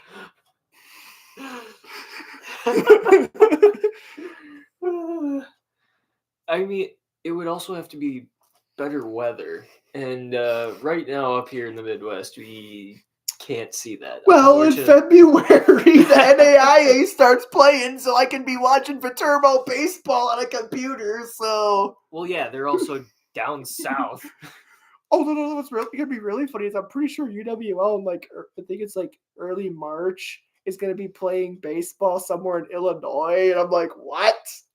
Really? March, there's going to be a WIAA school. WIAA, that's a high school team. Of course, they're all playing, but there's going to be a WIAC school playing in the, playing somewhere in Illinois in, like, March. And I'm like, what? How? I'm going to look this up. Yeah, UWL's baseball schedule should be out. You want to join me? And if you're not busy on the week on like March 28th and 29th when River Falls comes to lacrosse, I watch my old teammate. Oh yeah, they go to Illinois in the beginning of March. Yeah, it better be in a dome or it's not gonna work too well. Well, yeah, no, there's no Grassy Ray Thomas, but we're just over here having fun. And yes, I did. After that, they head down to Davenport, Florida. Yeah, they'll spend their spring break in Florida, but they're gonna probably do like what the softball team does when they play. So the softball team plays in that dome up in Minnesota every year. Yeah. Yeah, the first game of WIAC play, River Falls for 4. Yep, and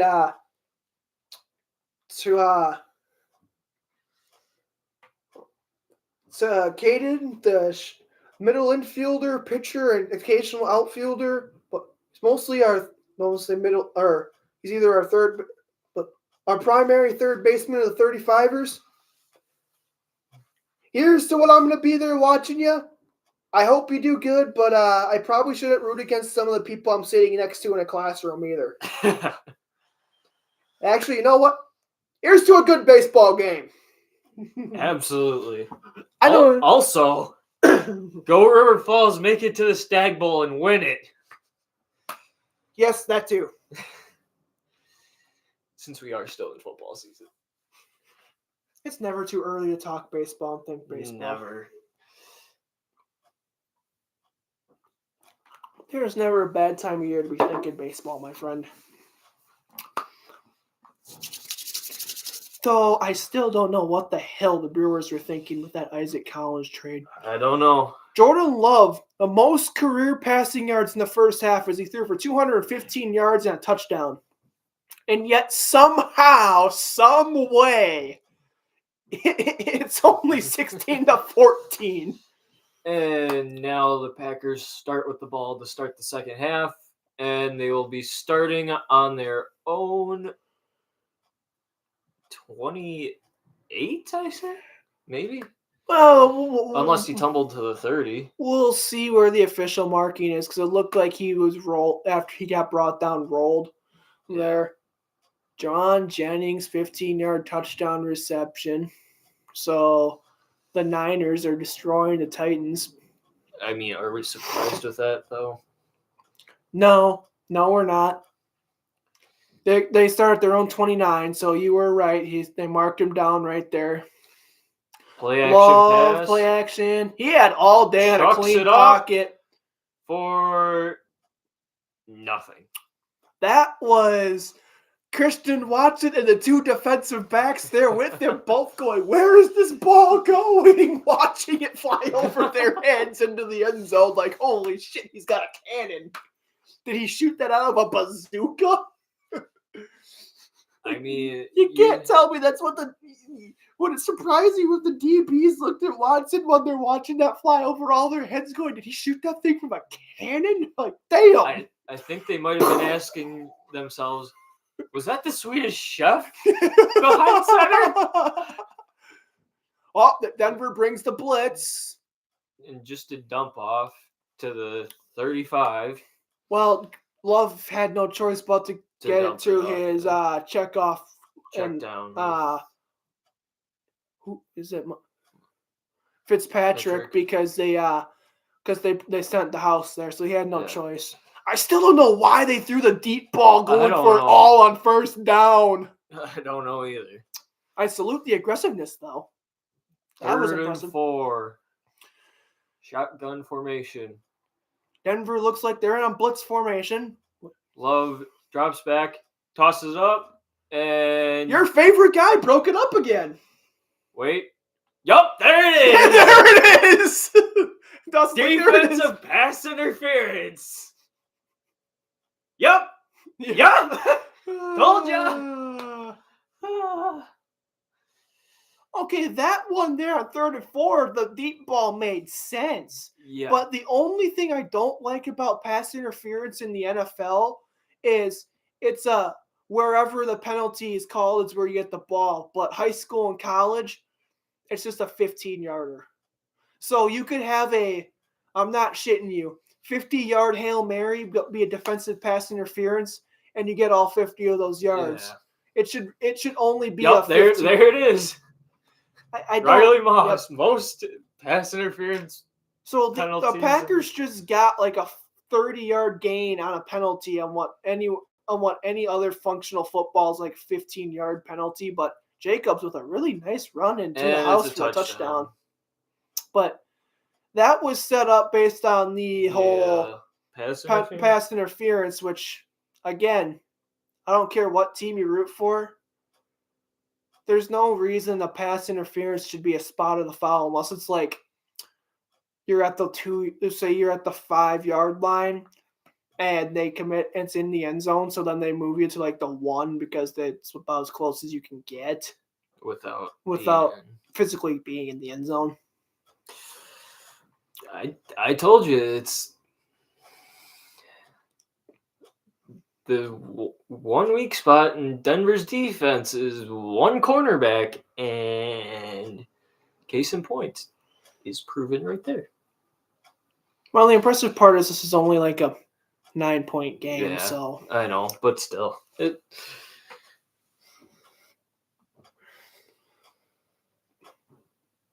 Also, the question is when's the next time Green Bay loses a game, at least one more game, because it's odds are they're going to lose at least once like everyone else does.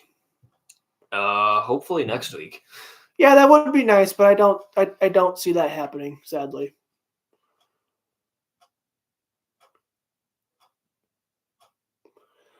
I generally don't think that's in the cards, but I have seen weirder. Ooh, Fallout Season 2 is coming. That took long enough. I'll have something to watch. I mean, it takes about as long as what GTA 6. That's on like it's that's gotten pushed back for like the Dude, you and I are 20th gonna have time. long beards down to our knees before GTA 6 comes out. The Bears are gonna win a Super Bowl before GTA 6, and the Brewers will also win a World Series before GTA 6.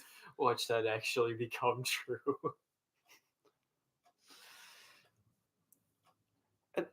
It feels like at this rate, I'll be the president before GTA 6 comes out.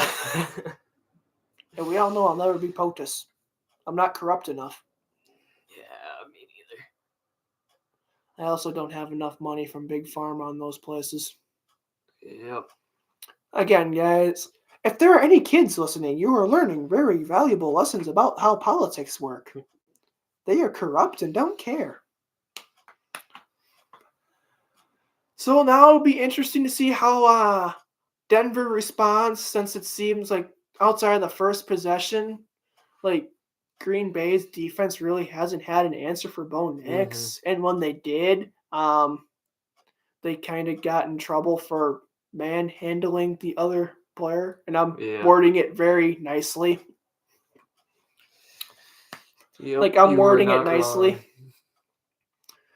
Then there was also someone more questioning how I still don't know how Micah Parsons didn't get called for the DPI, or the very least defensive holding on that one play where he just grabbed a hold of the guy's entire arm to where he couldn't even. That's like, if he catches the ball, you're right there and you bring him down anyways. Why were you doing that? Because he knew you had him beaten, and we're right there. Well, Josh Jacobs was trotting somewhere. Hey, you can still see where he's going on the sideline. Nice. Looks like he's just getting summoned by the QB or something for a meeting. Though it would be funny if he was making a trot to the rent-a-can. Everyone, he's running into the locker room, and he's coming back out. He pulled a Lamar Jackson. If you know, you know. Was it Lamar Jackson or was it someone else? No, that was Lamar Jackson who went into the locker room. Everyone thought it was hurt. He went, no, it's just because I had to take a crap. I just had to go take a crap. So I ran into the locker room, took a crap, and came back out. That would have been funny. Questionable to return. Crap. Questionable to return. Constipation.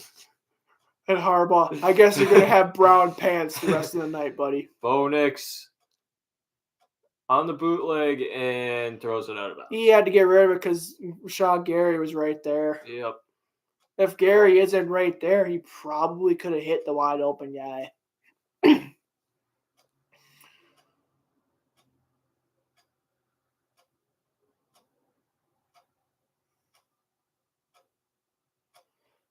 don't know what Dobbs was doing, but okay.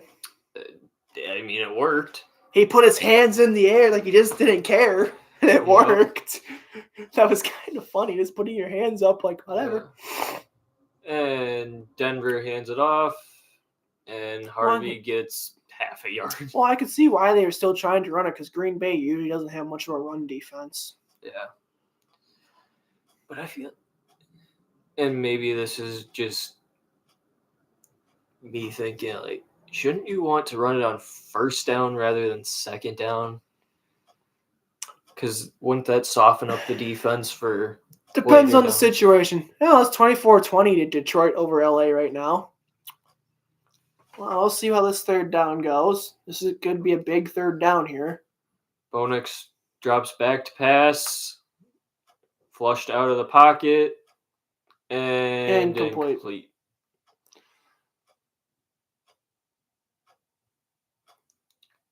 And looks like the punt team's coming out. I'm going to say the punt team comes out when you're at your own 30. Yeah.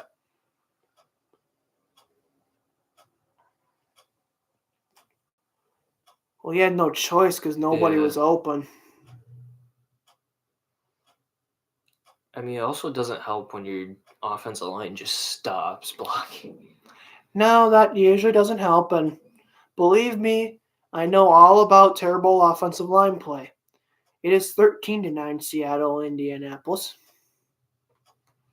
So somehow old man Phillip Rivers is still winning that game and hasn't died. So Jordan Love's coming back out, which, not going to lie, I'm getting kind of tired of hearing about how great he is in the month of December. But everyone always conveniently forgets how he struggles the rest of the year and has, outside of one game versus Dallas, stunk it up in the playoffs every year.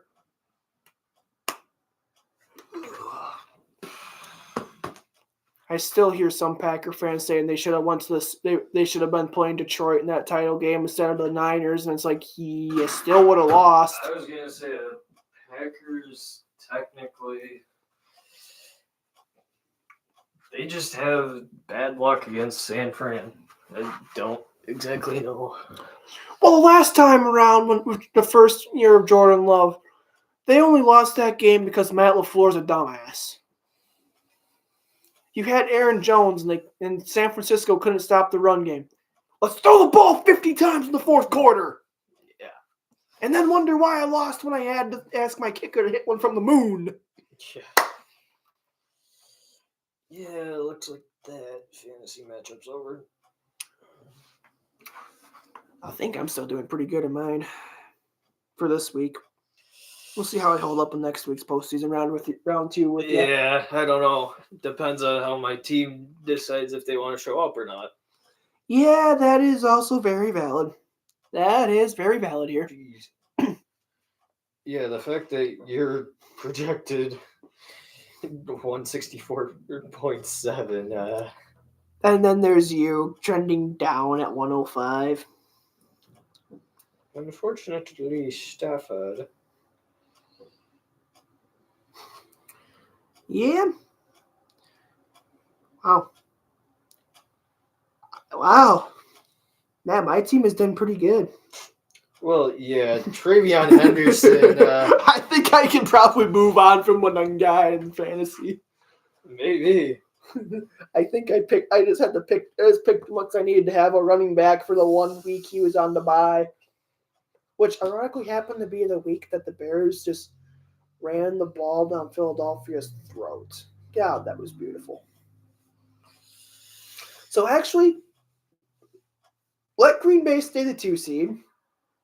Let the Bears be the 6 seed, because that means San Francisco goes to Green Bay, which would be entertaining. And the Bears would get to take on Philadelphia. And we did it once. Who said we can't do it again? Pass. Love going for the deep ball. Picked off! Intercepted. Surtain. Wait, he was never touched, so he's able to get up and keep going. They never blew the whistle, I don't think. Oh, or did come they? on. And Watson's hurt. I have him in Cheese head fantasy down. football. Cheese head down. And I had Watson in fantasy football. Yeah, this one's gonna be. This test So, is gonna be sweet. Watson is Dude, it just went right into Surtain's hands when he was diving. Just watch this, Dawson. Just boop, right there. Watson knew there was nothing he could do, and somehow he just. Sounds like they're working on something upstairs. It sounds like he's nailing something in upstairs. Yeah. I'm waiting for this response. So Matt LaFleur does not look too happy because he just lost his speedster down the field threat. Because I don't think he's too happy. He's too confident in Matthew Golden down the field. You texting a girl? No. My roommate was like, Pat Surtain's not going to intercept Jordan Love.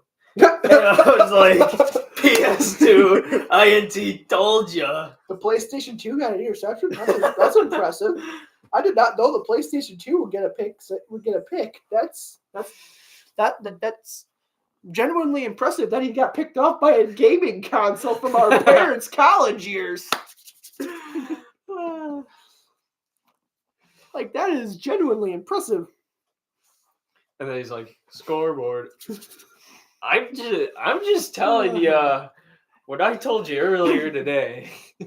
I'm like, yeah. Jordan Love's gonna get intercepted by Pat Surtain. Now the question is, can your offense do something with it? Right. But that was an interesting one. I again do not know why the Packers were trying to deep ball there on, like, what was that, first or second down? That was, I believe, second down. Yeah, like third down, I get it, but first and second down, what are you doing? Like, I can understand the occasional deep ball on second down when you're softening them up. I love how they use the PlayStation video game controller emoji for that. I mean, you kind of have to. I'm just glad I don't have to hear, he's him under center. Thomas, Jordan Love should have had a few more interceptions last year, and honestly, last week. Last week, there's a couple. He should have had like 2 or 3 picks because there were some that he dropped that were just dropped by the defense, and he should have. He's literally you guys' version of what Jay Cutler was for me growing up, where he'll win you games, he'll also lose you games, and you don't know which version of him shows up. Interference, that is not. Oh, you can't challenge if it's pass interference or not anymore nowadays. Yeah. But thank you, New Orleans, for the 1 year of that.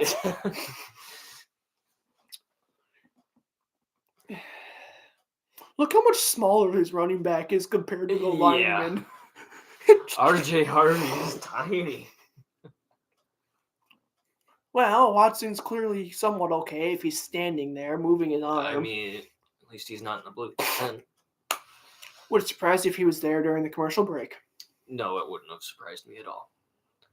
Bo Nix dropping back, scrambling, and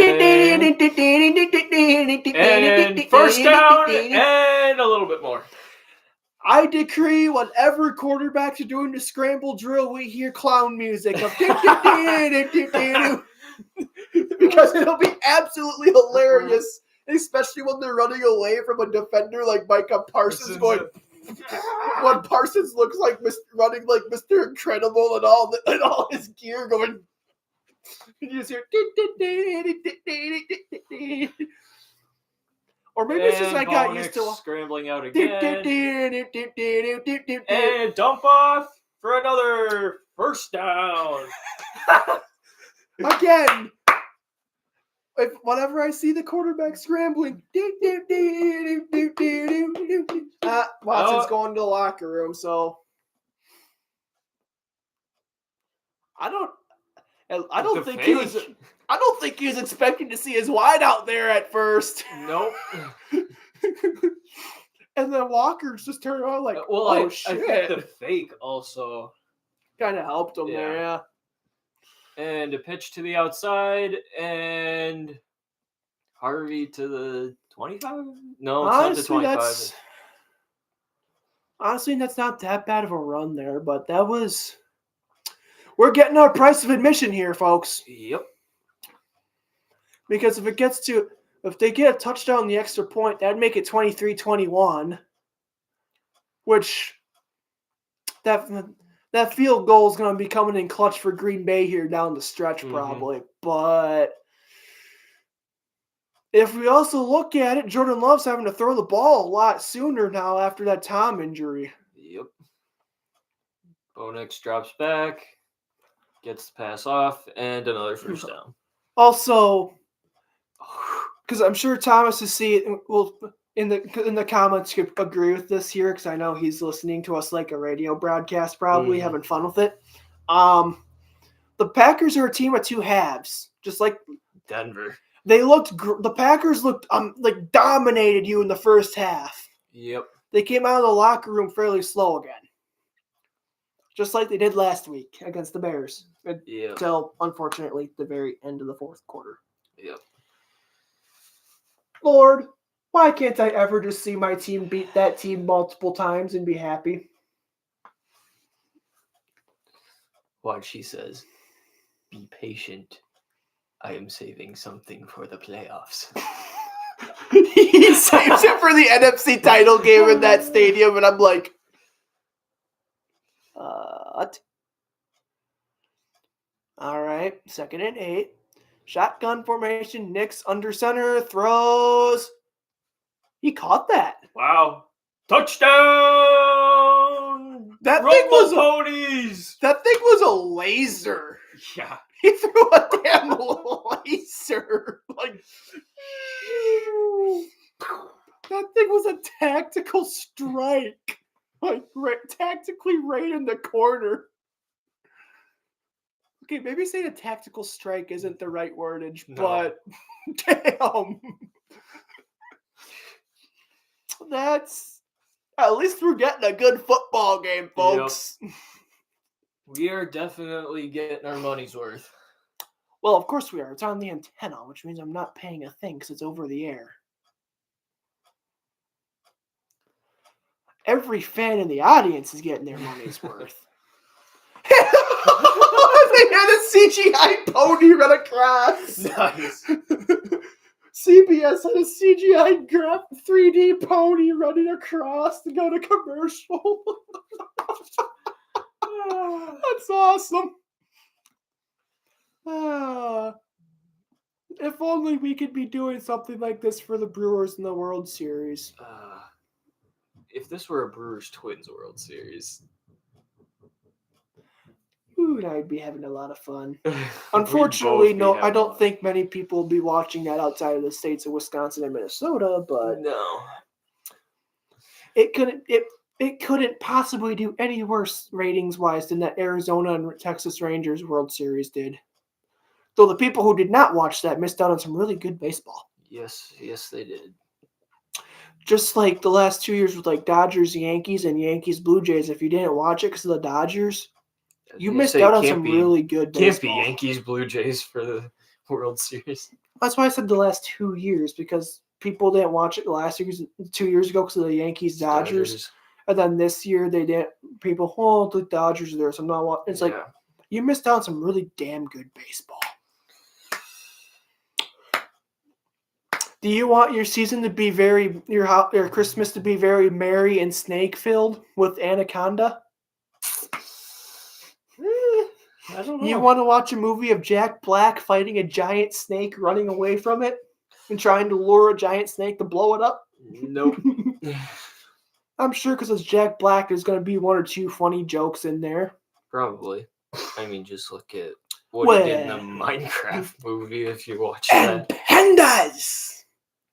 Everyone should know why they had Jack Black celebrating and going, and pandas. You do know why they had Jack Black dancing with pandas, right?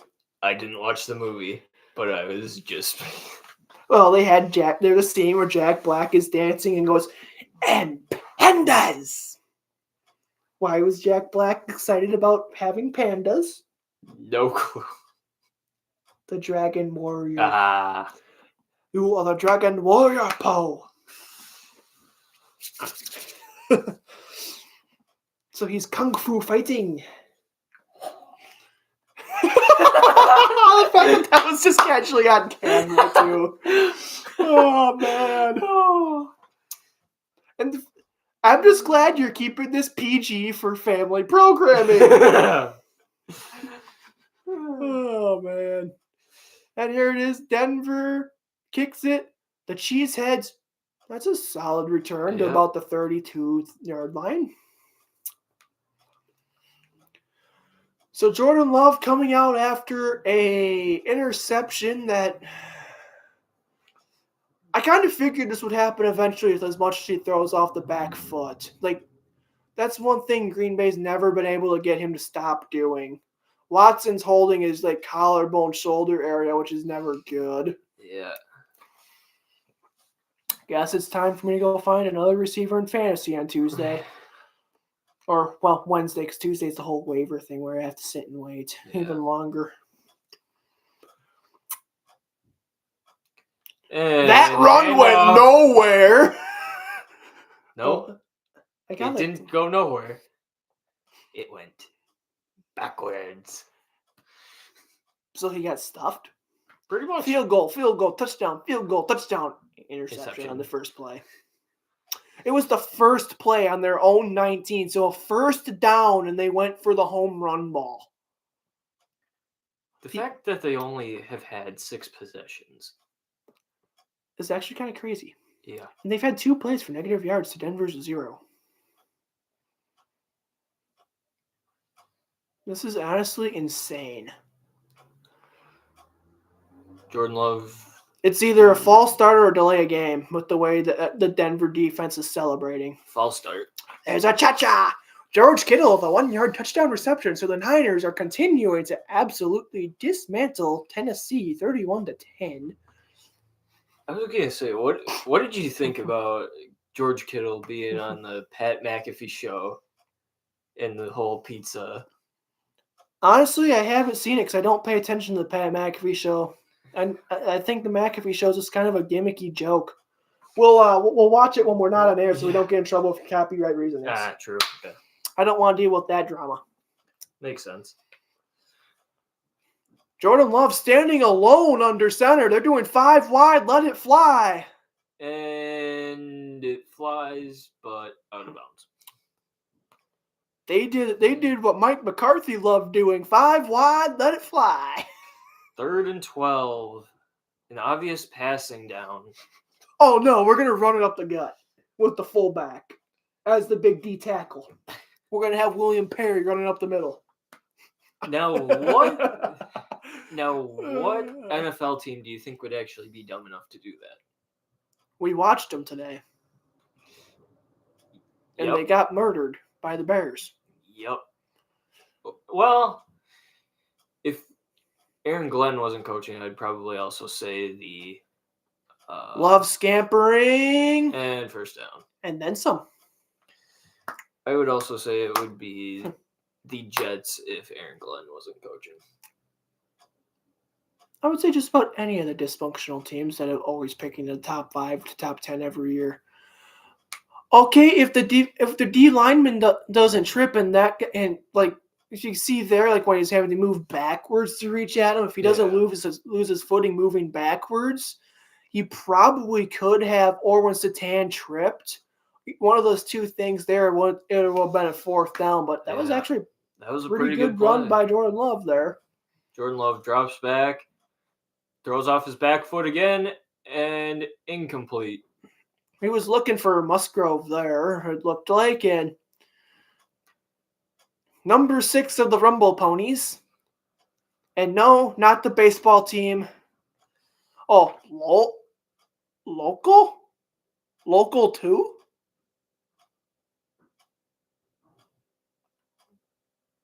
Well, I really miss the era of when DBs weren't wearing these kind of numbers. PJ Locke. Oh. LA is up 27-24 over the Lions now. Well, it's going to be 3rd and 11 because it went backwards for a yard. So we'll see if Jordan Love has another one up his sleeve. It's 17-10 in Carolina over New England. New Orleans. That would be shockwaves around the league if Carolina was pulling that one out. Yep. Then again, they set shockwaves when they won. Everyone knew Carolina was decent when they went into Lambeau Field and won. Though the Packers looked like a team that didn't know the forward pass was invented yet. 3rd and 10. Love in the shotgun. 2, 1. Love drops back to pass. And down he goes. Down he goes. 4th down. Dawson, why does this look like Green Bay's doing what they did last week versus the Bears and waiting until the 4th quarter? Although it's implode? I don't know. It's a very nice 4th and 20 now. Nice, if you know what I mean. Mm-hmm. I'm sure everyone understands that joke. We're just a little hour late. 4 penalties on Walker. Thomas is pointing out there's 4 penalties on Walker. That will also kill a drive. Yes. That will kill a drive too. Oh, let's see. Will Marvin Mims Jr. Nope. I can see why he just let that thing fly. Yeah. Also, did the Packers lineman, one of them, just like tackle the guy trying to break through the block? That must be the holding kicking team. Yeah. Isaiah McDuffie. Well, remember when I'm like, what the? Did the blockers just tackle the guy breaking through? It's like, what the hell? I mean, at least we're getting a good football game, but wow. Yeah. Holy crap, this has been entertaining. Yes, it has. Like, this has been very, very entertaining. And just think, it wouldn't have been this entertaining if we didn't do this. No. Like, I still would have been live for this one, having fun with it. Yeah. And I'm sure you and Thomas would have both been lighting up my comment section with fun stuff like that. Maybe for one of the, depending on how things go, well, during the playoffs, we're guaranteed not to have we would never have to worry about teams playing at the same time. Yeah. Have it like, if they play on the same Sunday or something, like, let's say although it'd be a God help us if the Bears and Packers play each other in the playoffs. Don't worry, guys. If the Bears and Packers play each other in the playoffs and I'm not working, I will be live for that shit because that's going to be lit. I was going to say, I think all 3 of us are hoping that it's going to be for the title. If it's for the right to go to the Super Bowl, this is going to be me. Lord, take the wheel. And if the Bears lose, Walter Payton better be greeting me up the stairway to heaven. Because if the Bears go to the Super Bowl, that's how I die. I'll die a happy man. Well, okay, I'd be sad it wasn't over the Brewers, but I don't think anyone would argue with saying he died a happy man if I die seeing the Bears win a Super Bowl. Packer-Bear playoff would be peak. It would be peak. And Thomas, it would be one of us dying of a heart attack and disappointment while the other one's doing CPR, making sure we're alive.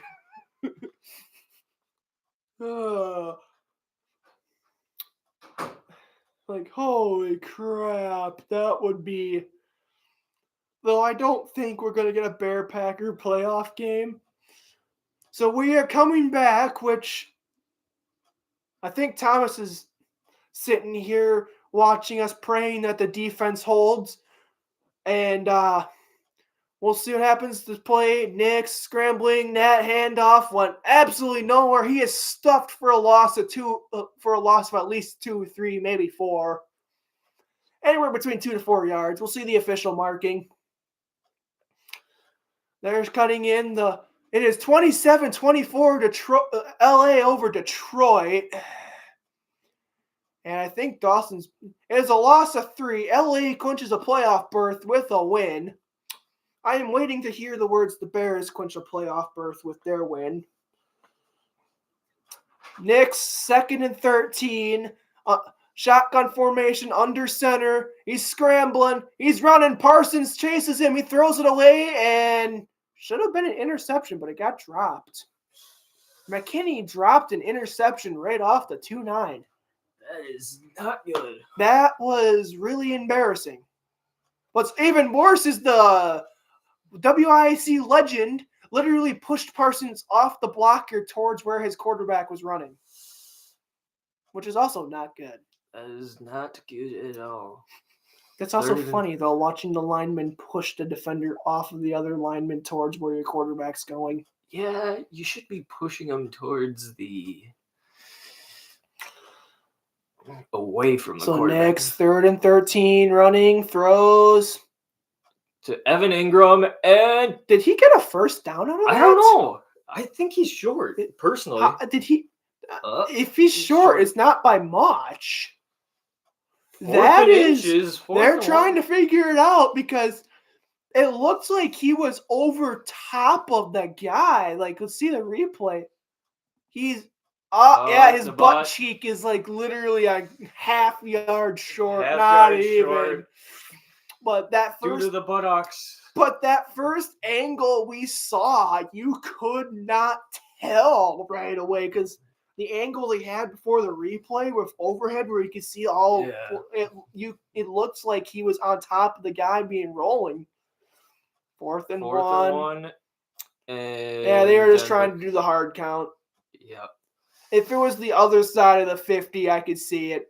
Yeah. Green Bay called the time. Oh, Green Bay called the timeout. What? Green Bay called it? I'm confused. What did Matt LaFleur? What's LaFleur thinking? I want to know what he's doing here. Yeah, I'm confused. I think everybody watching this got confused here.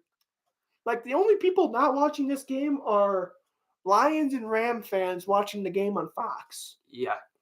Or if you live somewhere where you're in a market where your team plays. I don't know. Like, this doesn't make any sense. I don't know what they're doing because they just bought Denver more time, and Parsons is on the sideline sucking in air. Unless that's why he called the timeout to buy them time to do that. Denver's still going for it on fourth down. Why would you not? Yep. And they got it. First down. Well, he literally had to just go 2 feet, not even. But why did Green Bay call the timeout there? And then why did they pull Parsons off on that play? I don't know. Because, I mean, I get if it's an official timeout due to concussion protocol. Yeah. Or like if it was the officials going, hold on, timeout. We're getting told to take a closer look at this. Yeah. But to use the virtual measurements. But, I mean, I don't know about you, but if Denver's leading at the end of the game.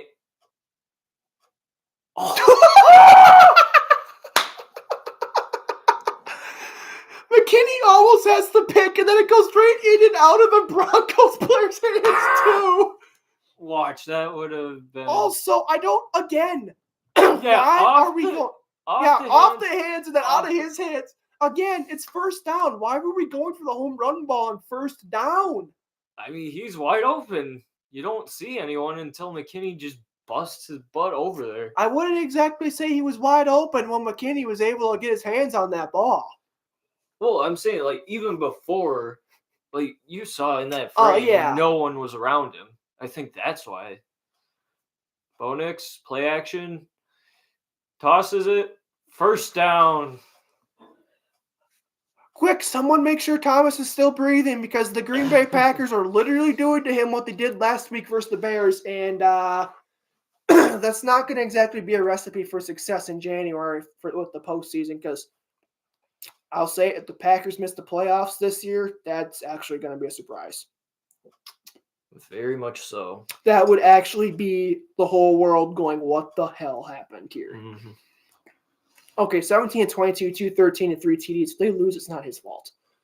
Bo Nix under center, hands it off, and we're at the 35-yard line of Green Bay. Yeah, if Denver loses this game, it is not Bo Nix's fault. No. I don't even know who you'd really blame on this one. Yeah, officiating?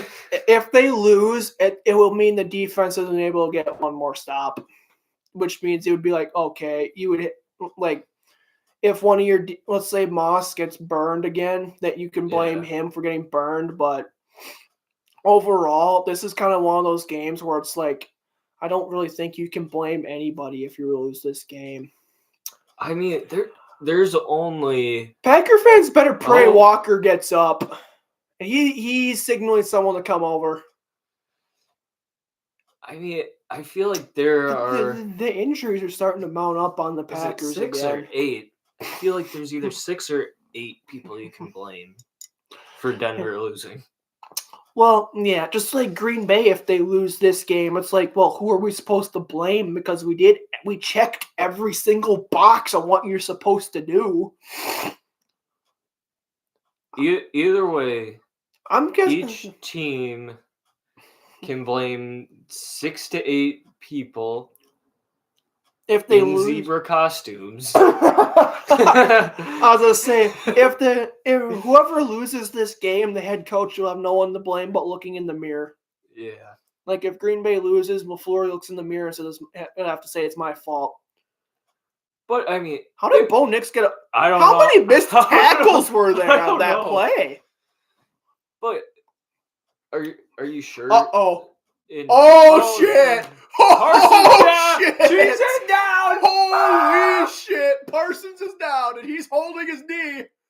Parsons is holding his knee. Someone make sure Thomas is okay. And every other Packer fan. Packer fans, are you okay? Yeah, He's Packers hurt. fan. Oh my God. Oh. That's not a non-contact injury, Yeah, too. He just came up holding. That's concerning. Well, at least Bo Nix is making sure he's okay. Yeah. Like, oh God. Oh my God. And he's holding his knee too. He's holding his knee. Oh, which one do you think it is? A or P? Oh my God. Which one? A or P? Which one do you think it is? Either way, the Packers. Either way, it's not That's good. $47.5 million down the drain. He's still not up. Then I'm saying ACL. Matt LaFleur is sitting there like, no. Oh my God! Here's God.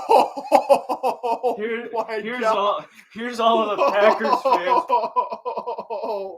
Holy crap!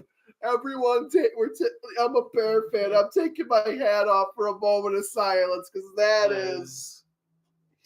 If the Bears win, I want to beat them with Parsons because it means they're at their best. Yeah. But holy crap!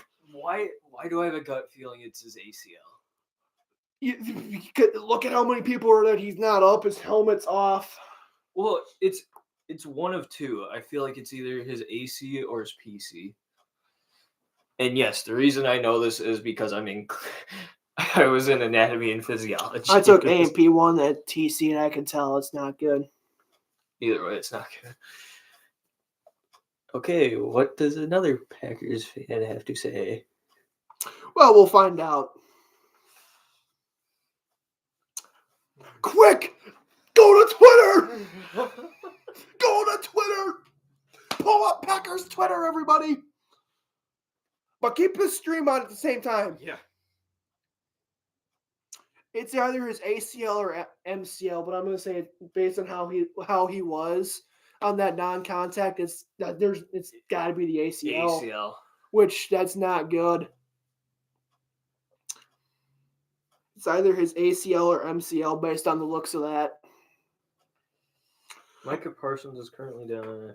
Appears a non-contact left knee injury. Which non-contact left knee, that means his season's over, probably. Yeah. It's like no matter what, the non-contact injuries are the worst. Yeah, that's... Thomas says he thinks it's his ACL too, based on looking at it. I was going to say... Packer fans, that's... You don't have a defense. He's walking, but he's got a lot of help with leaning on the athletic trainers. But he is like towering over everybody that's helping him. Yeah. Well, one of them. Well, one of them, yeah. The others. But that's not good at all. I thought they would have brought the card out.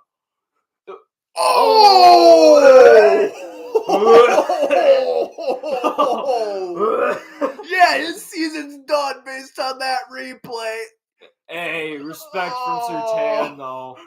Oh, by watching that replay, the way his knee just... Oh, God. I could have lived without seeing that. Oh, my God. So, Green Bay's not going to have a pass rush anymore, I don't think. On Denver. I don't think the Packers are going to have a pass rush anymore, really. Holy shit. shit. They had the next coming of Reggie White, too. I'll say it. He was the modern day version of Reggie White. Oh my God. You have That is horrible. Yeah, you have 4 possible ligaments. It's either AC, PC, LC, or MC.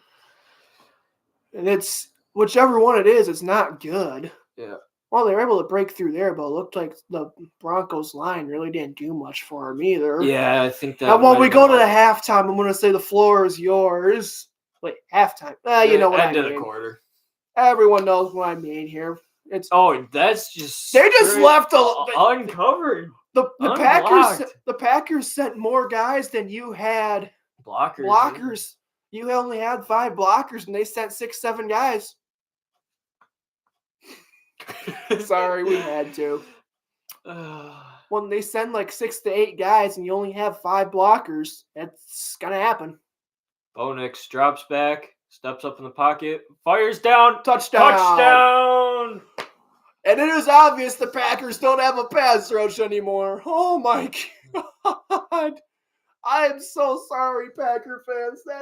Oh man, I am sorry. Dawson wanted to see Denver win, but not like that. Like this. Oh my God.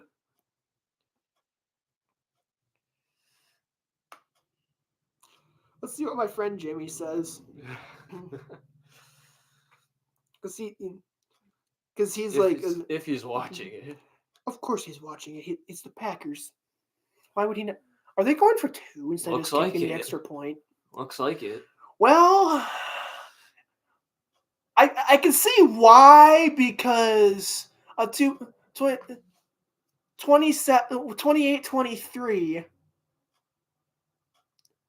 or 20, if you get this 29-23 where then they have you have to score a touchdown. Also, is this going to be an untimed down because it's the end of the third quarter here? Yeah. What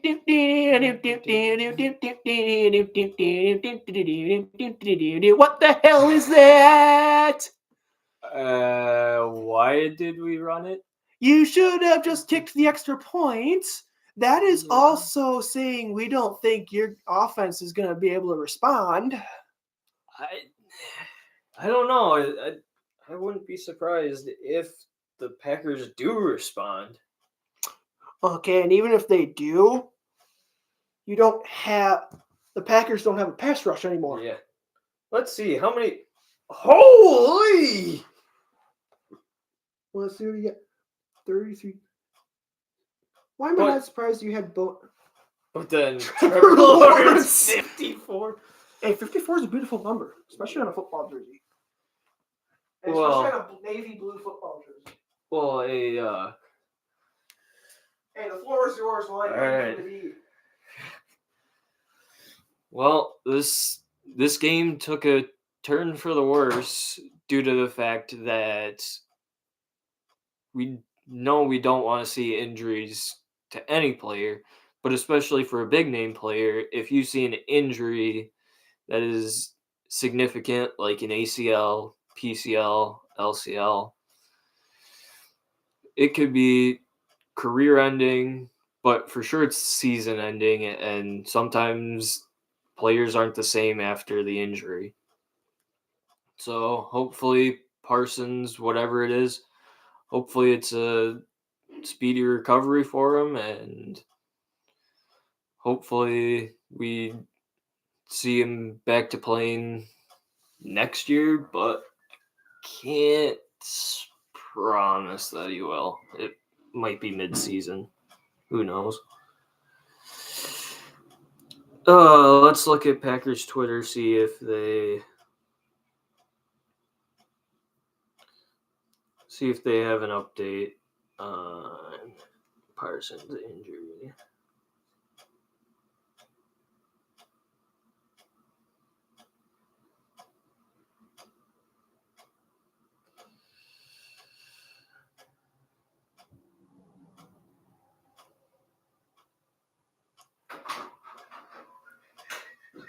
People to walk.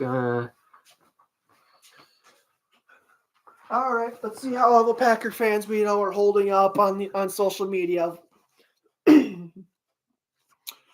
Dawson is doing some very, very important investigative research on Twitter. Also, how much money do you think the mascot makes, and how fun of a job do you think that would be? Oh, that would be a really fun job. Please say if you were a mascot of like any pro sports team, if you got that job, whether it's football, baseball, basketball, you would send me the picture of you in the full mascot suit going, guess what I'm doing? I mean, I could have had the summer. One of the internship opportunities said that, or it specifically asked, if needed, will you be the mascot? Oh, hell yeah. I was like, Hell yeah! Everyone loves the mascot. My favorite thing this summer, instead of being the mascot, was before one of the games with the 35ers warming up. I was the guy warming up, playing catch with some kids, showing them how baseball's nothing to be scared of. Nice. So I'm on one knee, just kind of soft tossing it like this with them while everyone else is doing long toss. But my teammates could tell exactly why. Yeah, this has been a tale of two different halves. Yep, definitely. Let's see how Green Bay responds. Love in the shotgun. Love hands it off to Jacobs, I think. Dude, yeah. Jacobs got absolutely clobbered on that play. But did you see his foot? Yeah. Get away! Dude, the get off of me, that was awesome. Let's see what my friend Jimmy says. He just went, yup. $47.5 million leaving her. Yup. Man, that was brutal to watch, dude. Yeah. Jordan Love hands it off again to Jacobs, and Jacobs gets the first down. Well, not to sound bad, Dawson, but I can see why Matt LaFleur is running the ball more, because you haven't had as much of an answer to the run game, and it helps them chew up more clock. It looks like Jacobs is taking his allotted 1, 2, maybe 3 plays off on the sideline so he can catch his breath, because he is a workhorse. So yeah, I wasn't sure. He kind of needs to. You could tell he needs to be like, okay, I need to catch my breath, guys. Yeah, I wasn't sure if he was injured, and I'm like, oh, that would just be terrible for the. Holy shit! The wide receiver reverse got back to the line of scrimmage, and whoever number 29 did, McClellan, is acting all big and bad, even though that wasn't really him. And what? I'm amazed he might actually have gained a yard out of that. Nicely done by Bo Melton. Wait. Didn't Bo Melton wear 80? Like, what happened to wide receivers wearing numbers in the 80s? Yeah. The 60s and 70s were always your offensive linemen. The 90s were always your defensive linemen. 80s were always your wide receivers and tight ends. 20s and 30s were your running backs and fullbacks. Single digits through teens were always your place kickers, punters, and quarterbacks. Though you would also have you could also see a defensive lineman wearing a number in the 80s, where the 50s and 60s. Well, yeah, the 40s were in the 40s were always your fullbacks. Yeah, we kind of need to go back to that, but you're not going to now. I mean, quarterbacks are for sure going to be 1 to 20. Yeah. I can understand in college why you have that, because you have a wow, Matthew Golden. Also, fun fact: Matthew Golden changed his number 3 times in one offseason. He started with the number 88 that they gave him, or something like that. Wait, no, 88 was taken by Musgrave, but they gave him the number 87. Wait, no, that's Dobbs. But either way, you get my point. He started with a number in the 80s, and then he changed it to 22 for a 22-karat gold, which chef's kiss on that wordplay. that would have been, he should have kept. And then before the season started again, changed it to the number 0 to have his number from college. And this is why, ladies and gentlemen, you wait to buy the rookie jersey after they finalize their number. Which is why I did. Yeah, which is why I didn't buy my Caleb Williams until I knew what number he was going to wear. And I got the pre-order one where it's like where Fanatics doesn't ship, like Fanatics in the NFL, whichever one you get it from, don't ship it out to you until that jersey number is finalized. So by the time I got my Williams jersey, everyone knew he's wearing the number 18. And Jordan Love drops back. Nice drop. Wow. Nice drop.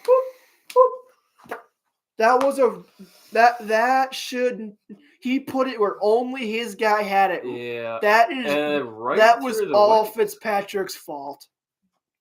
That just went right through. Yeah. Hold on. Are we sure it's not gun deer season in Denver with all the orange in the crowd?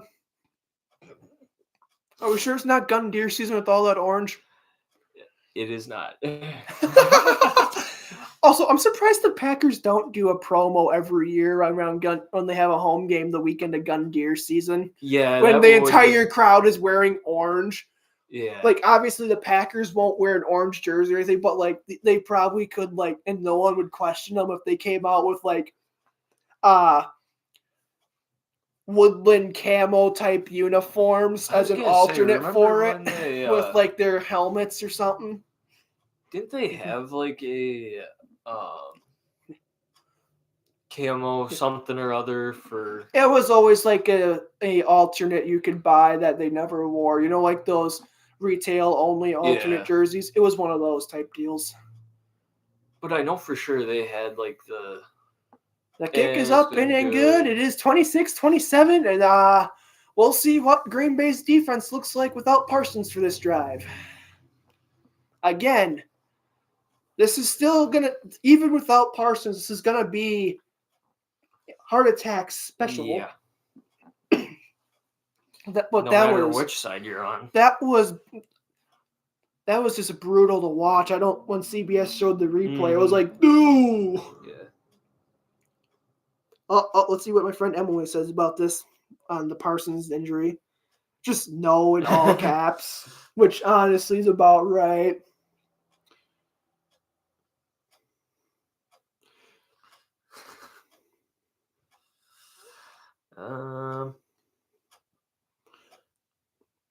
Yeah, that doesn't...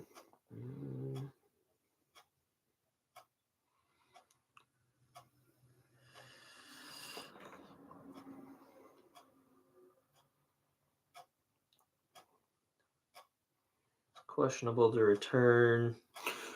Well, we saw how his entire leg bent. Yeah.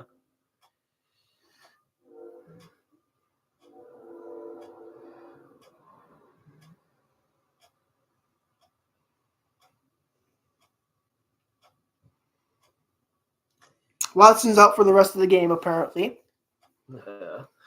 Trainers tended to him, and the Packers All-Pro could be heard saying, "I'm out."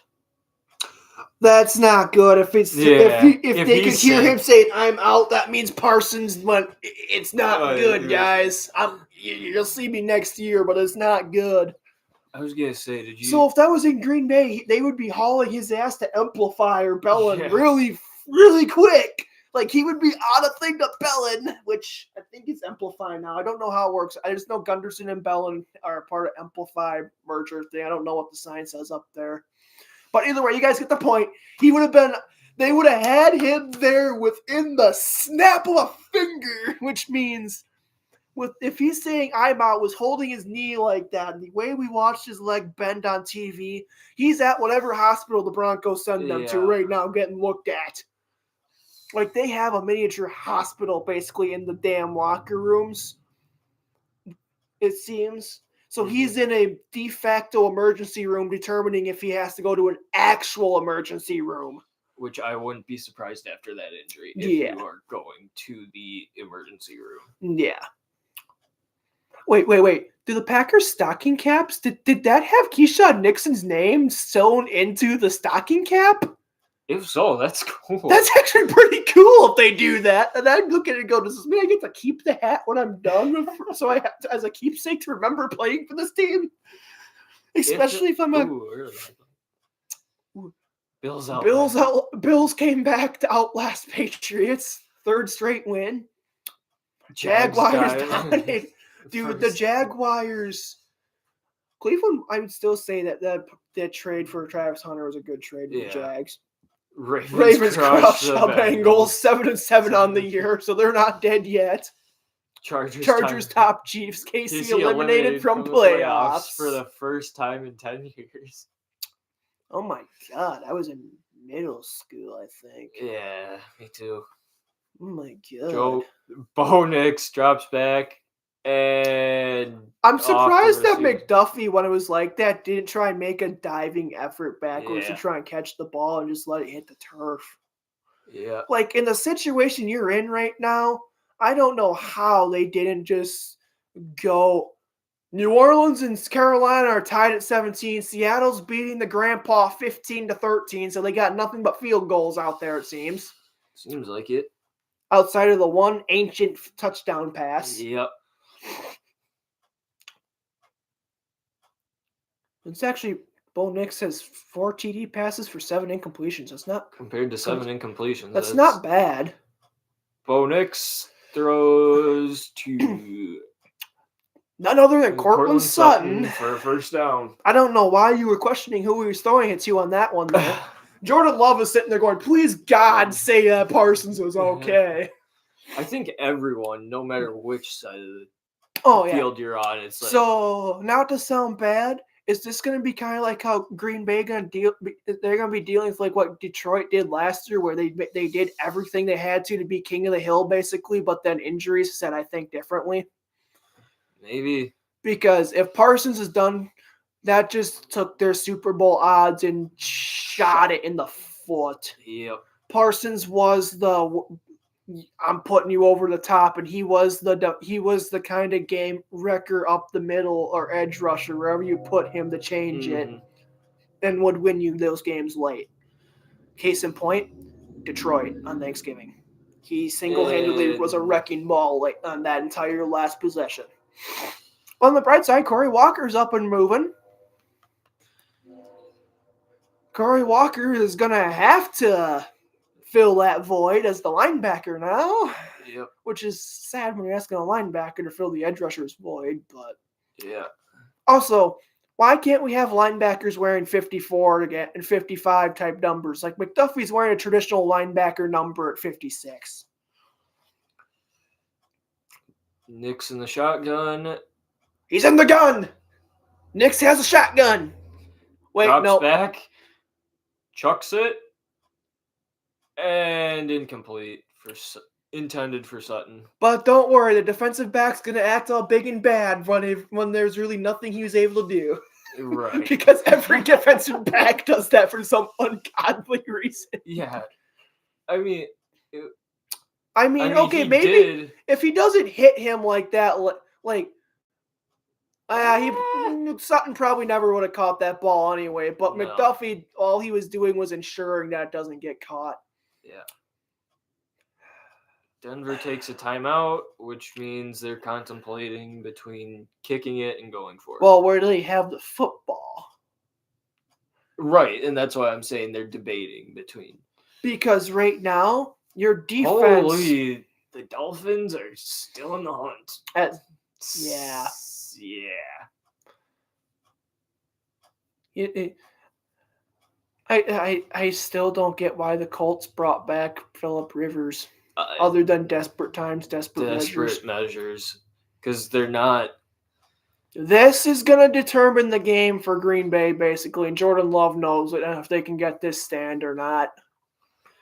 I mean... Jordan Love's... As Indianapolis, do you really trust Riley Leonard if he's healthy to... You would have had to go get somebody, but Phillip Rivers? I don't know. And... You got him. First down.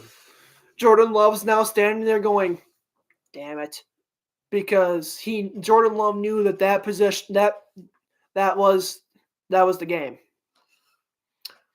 Yes, there's a lot of time left, but Valentine just got schooled by Sutton there. Like, holy crap. Yeah. All he could do was try and push him out of bounds, which he did. Mm-hmm.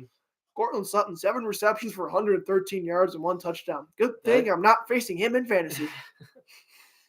I mean, that's why even you said, like, he's probably the clear wide receiver 1. Or what are they? Is LaFleur seriously challenging? He's challenging this? What? What? I'm pretty sure that was... Okay, Packer fans. Are we...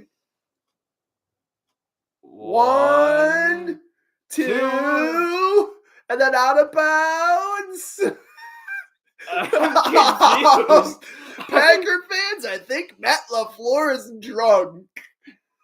I think the Packers coach is drunk. I think the Packers head coach was drinking a few beers on the commercial break before that one. What is he challenging?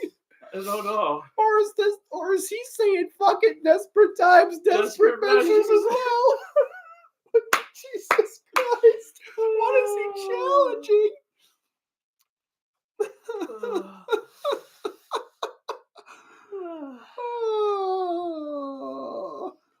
He's challenging a...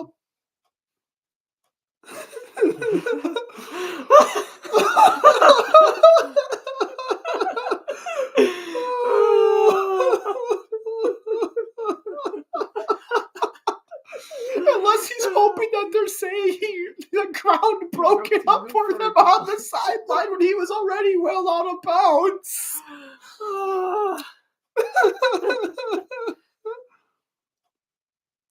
But they're going to look at it and go, 1, 2, he has it in his hands. What else is he supposed to do? Yeah. By the looks of this, the call stands. If that's what they're posting. Oh, God.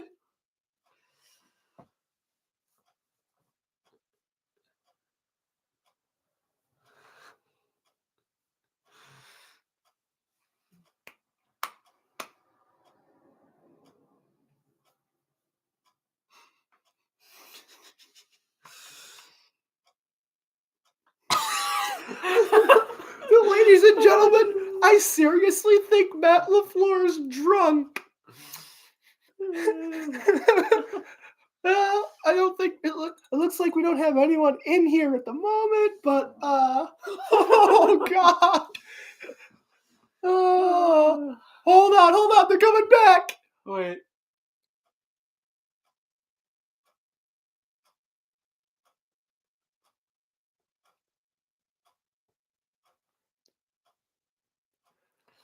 Yeah, it's a first down.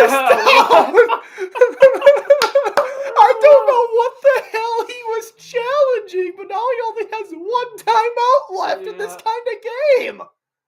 He should have rolls out.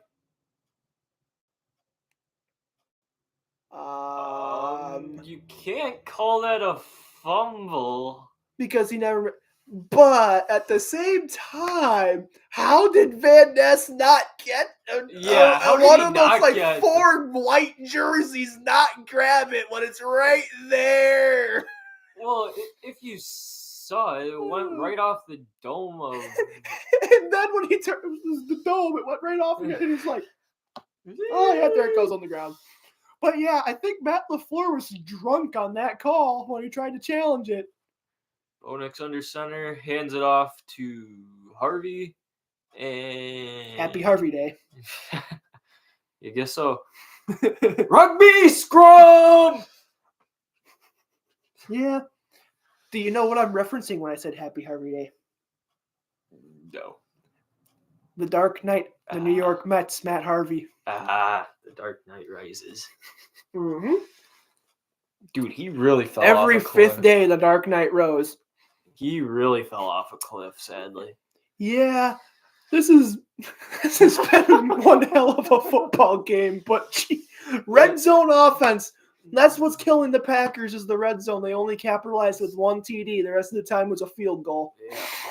Bo Nix in the shot. What the hell? That is offsides in a nutshell. There's the laundry.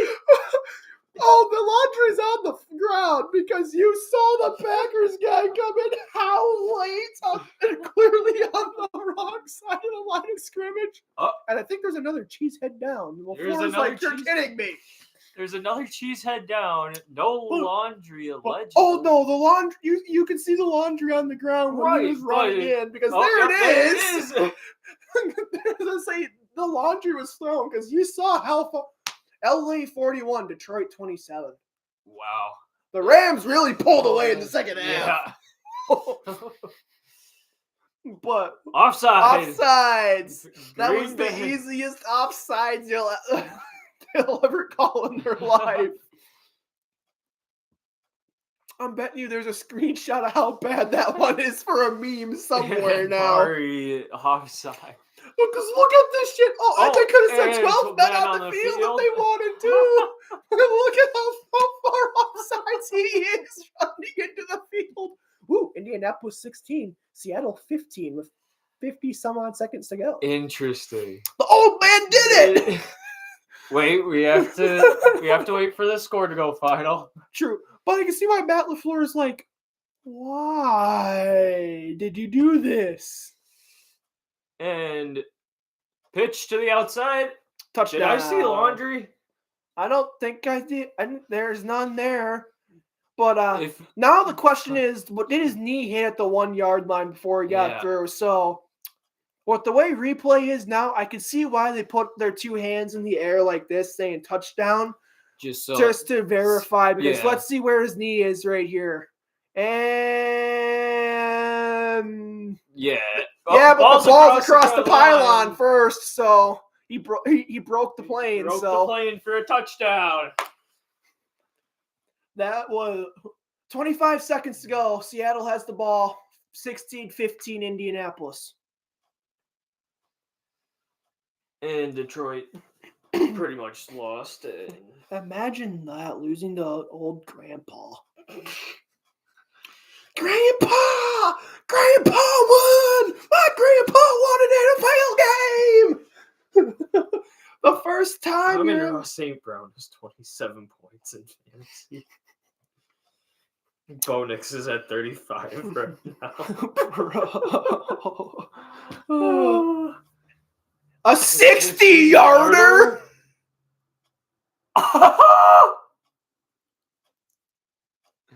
Wow. Okay, so a couple of my friends who are Seahawk fans, I might have to make sure they're okay. Absolutely. I might have to ask her if she's still breathing after, especially with losing to Phillip Rivers right now. Yeah, you better do that right now. But Phillip Rivers is going to make things real interesting in the playoff picture. Yep. Seattle. It doesn't look like. Wait. Hold on. Yeah, Seattle. I actually wouldn't mind the Bears being the 5 seed because it means they play the NFC South and they don't have to see Green Bay for a while. Oh, wait. Shoot. But yeah, Mahomes confirmed ACL injury. Holy shit. Yeah, I just saw that. Well, it doesn't matter either way. So Gardner Minshew's playing, but it's not going to matter. Yeah. Hobbs hurt. Training staff's having a field day. Yeah, Thomas, the training staff's earning their paycheck. Yep. But wow. I'm curious I want to see what the official thing for Parsons is, because depending on what it is, that might actually be enough to make it went final. Seattle won 18-16 on a 56-yarder. The fact that Old Man Rivers almost did it. What's the time sync on my end? 7:20 to go here in the fourth quarter. Thomas is at 7:27. So yeah, just use us like the radio on Thomas and pretend surprised when you see it on TV. Handed off to Jacobs, and he got stuffed after 1-2 yards. Fun fact, I learned that if you say the player gets stuffed and you're in Australia, they're going to question how the running back got pregnant. Interesting. Just like in Canada, if you say you're pissed, they're gonna ask how much you had to drink.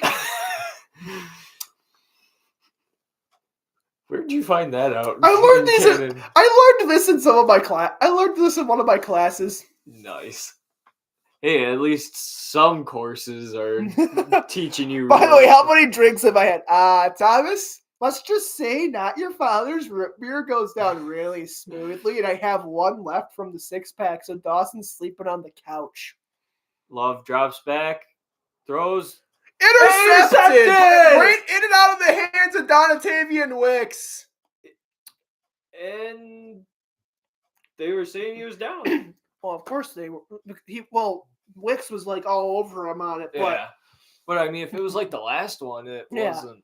But that second interception, Jordan Love sitting there going, God damn it, because I put it right where only my guy should have had it. It went right in and out of your hands, and you knocked it right in the air for him. Of course, it was the guy I keep talking shit about. Yeah, there he is, Riley Moss.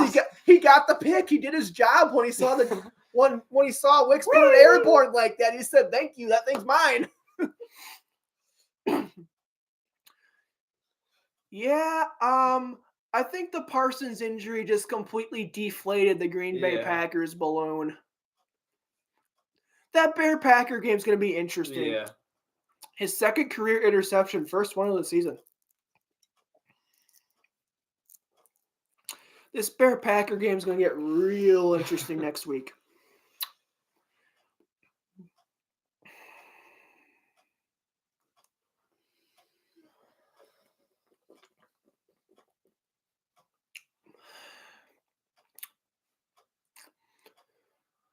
Harvey got a gain of 2 here.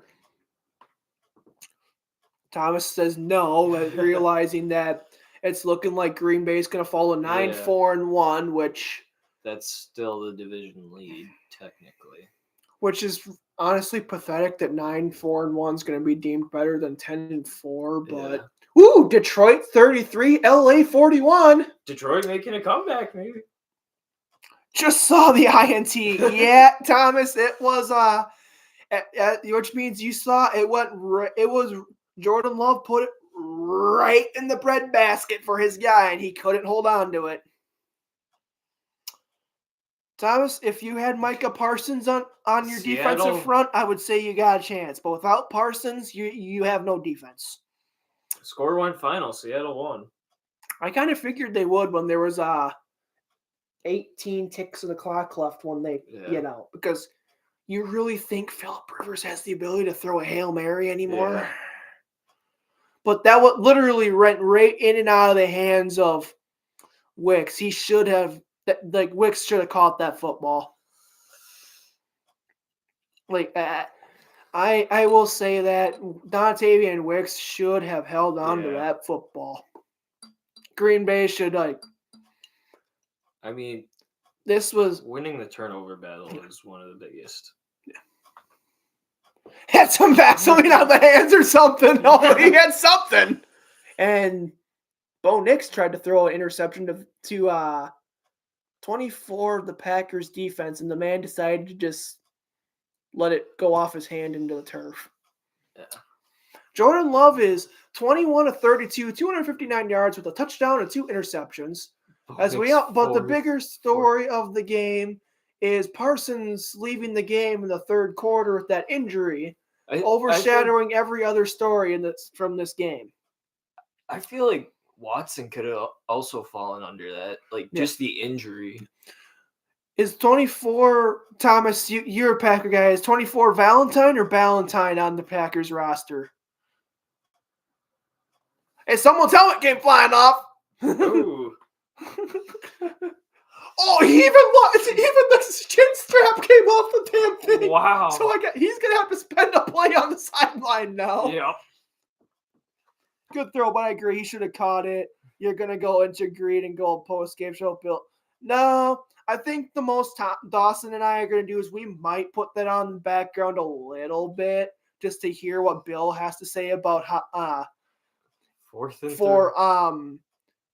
because if there's I'll be interested to see what Bill has to say about Wicks not being able to hold on to the ball, and when the news comes out about Parsons' injury, he'd be the one in the state that would break it right away. No, because he'd know about it before the rest of us probably. And Denver uses their final timeout. Well, the way this ball game's been going, and you're up, it's 26-34. Green Bay has one timeout with 5 minutes left. If you get the first down, it's going to require a miracle. Yeah. Even now, it's looking like Green Bay would need a miracle to win this football game. Yeah. I still just can't believe that Old Man Rivers kept it this close. Yeah. 34-41 out in LA. That, yeah. Well, last time we saw it was 30-31. Or 33-4, but either way. Yeah, but that's just a extra point. Bonix, play action pass. And Turnover rundowns. I think there was a flag too, if I'm not mistaken. They had the linebacker Cooper playing deep zone coverage like a DB? Uh-oh. Looks like Nix is whining about something. Every quarterback whines about something nowadays. Probably something to do with that's a clean. That was clean. But they had Adrian Cooper, the linebacker, playing zone coverage. What a time to be alive. Yeah. Okay, All right, this drive is going to be the game. Yeah. This will be the ball game. Valentine was number 24. Okay. Thank you, Thomas, for helping confirm this. But this is the game here. Jordan Love drops back. Under siege, sees a bunch of orange jerseys, and threw it to no man's land. Technically, Jordan Love threw an interception.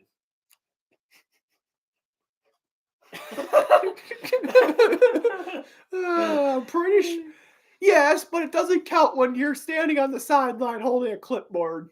I know, but in other words, every other pass out of bounds would have to be an INT, and I'd be curious to see who would lead the league in INTs then. But I mean, just depending on which sideline you threw to. Carolina, New Orleans might go to overtime. Oh, that's going to overtime for sure.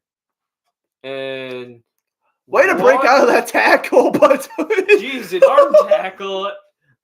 All that to get 2 yards? No, all that for 1 yard because he had to go backwards behind the line of scrimmage again. So instead of 2-3 yards, it's only a gain of 1.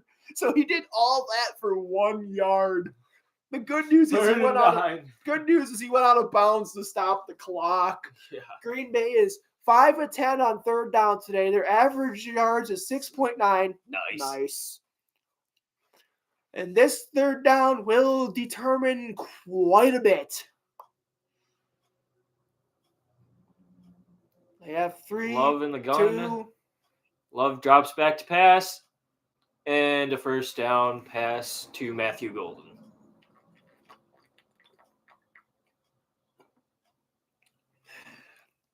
Understandable.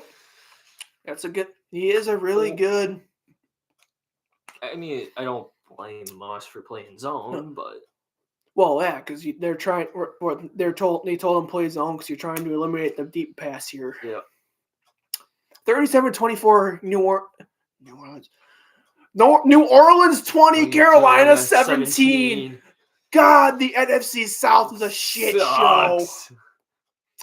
Jordan Love hands it off to number 30, which would be dang it. I didn't get Thomas. It says he's not here right now, but he's probably still listening. He's just not in the chat.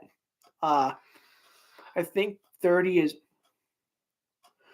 their second string running back, which would be Wilson. Probably. But God, the NFC South's a joke. The Saints are about to beat the Panthers. Yeah. I think the real interesting thing is people thinking Buffalo was a Super Bowl contender. And Love ran right into a sack. That's going to set up third and a mile with 3:50 here to go, which that might actually be the dagger if you don't convert it. Yeah. If they can, now you do have to go for the home run ball here. Yep. I'm not a big believer in throwing home run balls all the time, but this one you is got when to you go need for it. If they want to stay alive, they have to do a home run. They cannot do a dink and dunk anymore. Defense. Defense. Defense. Love Drops back. tucks pump it, fakes. pump fake, and they And tried to do the dink and dunk over the middle. middle. He took what he could get, but now fourth down, you have to go for it on 4th and 10. You have no choice. What does Matt LaFleur have in the playbook for 4th and 10 with 2:50 to go in the game? Unfortunately, it's probably another dip. You can't do that right, now. you can't. He has no choice. Denver clinches a playoff berth with the win. So, ladies and gentlemen, we will get to see his reaction if Denver makes the playoffs, and I will be posting his reaction on social media. Jordan Love drops back. And he's sacked. That's the ball game. Slowed up and trampled. That will be the ball game. Denver can just ice it. They just need they just need to get one first down, taking their pretty time. I was gonna say Green Bay has 2 times they can stop the clock. Well, yeah, the 2-minute warning and a 2 timeout, but now they do need a miracle. Love help. Yeah. You hung on the ball too long. And it's looking like I'm gonna win.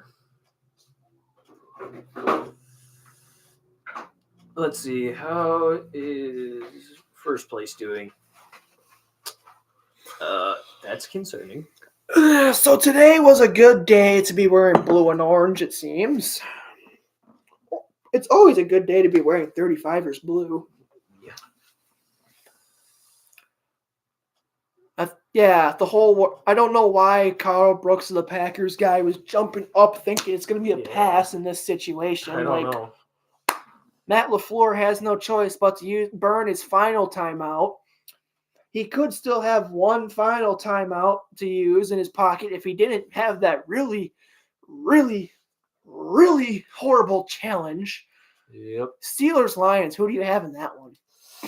Ooh, Old Man Rodgers versus the Lions? I don't know, man. Yeah, it's going to be something. Oh, what is that? The name must be on Fox or Primetime.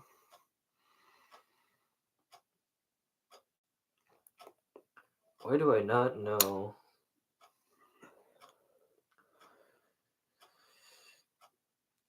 Week 16. The fact that we're in week 15 already is crazy. Bo Nix running.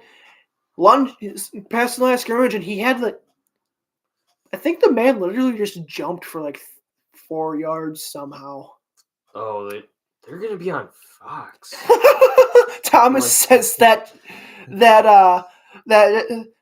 challenge was something. Well, Denver's going to be on Fox in the late spot. That defense was. He said that defense was something. Especially that challenge LaFleur had there. And never mind, take that last statement back. Your defense had great penetration. Yeah, Denver got to him, but Jordan Love also the reason they broke through and got to him was he held on to the football way too long. You can't tell me that.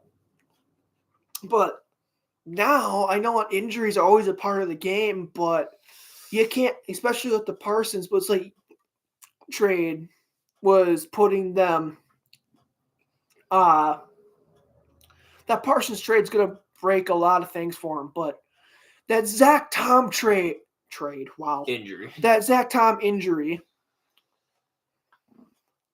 Thursday Night Football, Rams, Seahawks. Yeah, that'll be a fun game. Yeah. That's going to be a fun game. That's one I wish wasn't on Prime. You know you can watch those Thursday night games for free on Twitch, right? No, I did not. Well, now you do. Okay. Ladies and gentlemen, Dawson didn't know he could watch Thursday Night Football for free on Twitch. That's because I'm not on I don't use it much either, but I have to find ways to watch games for free, Yep. Which I think is genius that they did that. Yeah. The Monday night games, I just listen to it on the radio. I don't watch it, especially during like considering the entirety of outside of like the playoffs in January up until like the title game and the Super Bowl. I just listen to the games on the radio on Monday and Thursday nights because of schoolwork. Mm-hmm. I know there are ways I can watch games on my computer for free. They just aren't the most legal and recommended ways. So the radio is always the way to go. Though I do have Prime Video because Amazon Prime is very useful for a lot of things, especially when my family uses my Prime account for stuff. So I'm kind of hey, why would my family need to pay for Amazon Prime stuff when they can just ask me? I'm like, sure, just let me know. Yeah. And Denver is hugging and celebrating on the sideline, knowing that they are 1 first down away from going to the playoffs. LA beat Detroit 41-34. If Bo Nix rolls out, and how did he avoid that? How did he get? He was down. Just for parody reasons, let's say he's not. Just because it would be funny if he. Well, based on how they all stopped, it's like okay, yeah, but because obviously the lineman would not stop chasing him if he wasn't down. Yeah. Yep. Right there he's down, but then the ball comes out afterward. And Bo Nix just watched it going, yep. Yep. If I wasn't down, I would have been trying to reel that thing back in as it's popping out. Yep. 4th and 1. This is definitely the kill shot here. Yep. To eliminate any sign of hope. And they stuffed it, yep. So Green Bay has a very, very slight sign of hope here and could still win this game. They can tie it for sure as a possibility. 34 minus 26. Yeah, so if they score a touchdown and convert the 2-point conversion, we will have overtime, which will be interesting. I feel bad for whoever has Mahomes for fantasy football playoffs. I'm glad I didn't take him in fantasy football this year. I didn't draft him or Kelsey because I had a weird feeling that they would be not what they were the last few years. I was gonna say I seriously feel like I just had that gut drafted feeling. Kelsey. Yeah. Jordan Love drops back, throws and overthrows his wide receiver. He was very much under siege there. Once again, we have a close heart attack special 1-score game in Denver. Ladies and gentlemen, remember, if the Broncos win and punch their ticket to the postseason, we have a Bronco fan's reaction. And this is going to be lit watching his reaction to the end of this game. Especially when he's sitting next to me, so pray for my eardrums. and the people who lives upstairs, the guy that lives upstairs and next door. Though I don't think he's going to quite be that loud, especially at 6:40 at night. And I'm pretty sure the Packers lineman just Belton decided he was going to jump early. Yep. I'll start. We have a cha-cha. Belton. Chicago won 31-3. If it wasn't Cleveland, I would have been happy with that win, but because it's Cleveland, I'm like, take the that Cleveland with a grain of Browns. Now, if they can do that against Green Bay, even without Parsons, then I'm going to be happy and be like, holy shit. 2nd and 15, minute 3 to go. These next 2 plays are the game. Yep. If they get the first down, they have to get the hell out of bounds. Jordan Love drops back. He's running. Scrambling. And complete. That went right through the breadbasket. Jalen Reed should have had that football. Did that? I Did don't that think go where the sun doesn't shine? I don't think that was as much him hurting or anything as much as it was. Oh yeah, I it should. was more. That's He the I should've should have caught. had that football. I know it.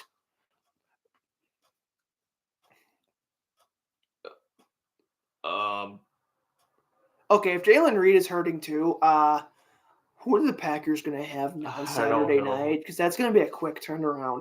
yeah, not as quick as a Thursday night game. No, but it's still Quick turnaround. Jordan Love drops back. throws incomplete. 4th and 15. Here's the ball game. This is 4th and ball game. Ladies and gentlemen, boys and girls, we are about to have a Bronco fan's reaction with a postseason berth on the line with this play. And it's going to be really fun hearing Dawson's reaction. I mean, I'm already happy that the AFC West champion is not going to be the Kansas City Swifties. So this is going to be a really good day for you if they get the 4th and ball game here. Yep. Jordan Love drops back. Scrambles. Throws. Incomplete. The game is over. So now here it is. It's going to be really fun seeing what Dawson does the second that says final, and when Bo Nix takes that knee. We're 44 seconds away from watching some really good comedy gold. I'm going to be disappointed if I hyped all this up just for him sitting there going, yay. That would be probably disappointing. going to be anticlimactic. But this game has definitely had a roller coaster of emotions. And you didn't have to wait till the 4th quarter. You got a complete game. You had a full 4 quarters from them. And just like that, we get an advertisement about Fernando Mendoza.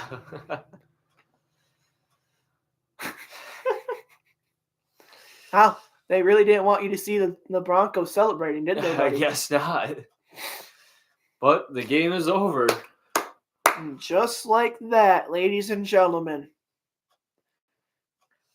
Dawson Haag gets to see his Rumble Ponies go to the postseason as they clinch their playoff berth.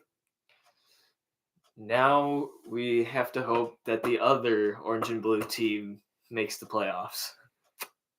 Well, if we can beat that team on Saturday, they will. If we can beat that team, they will definitely make the postseason. And you're the first team to clinch a playoff berth, too. Yep. Well, New England kind of shot themselves in the foot because they didn't now left the door wide open for Buffalo. Yeah. God damn it. Chicago would have been this, even after last week, would have. Well, they might. If the Bears were in the AFC, the AFC North, we'd be the 4 seed at 10-4, running away with that division. Oh. Green Bay is the 7 seed. The Bears are the 2 seed.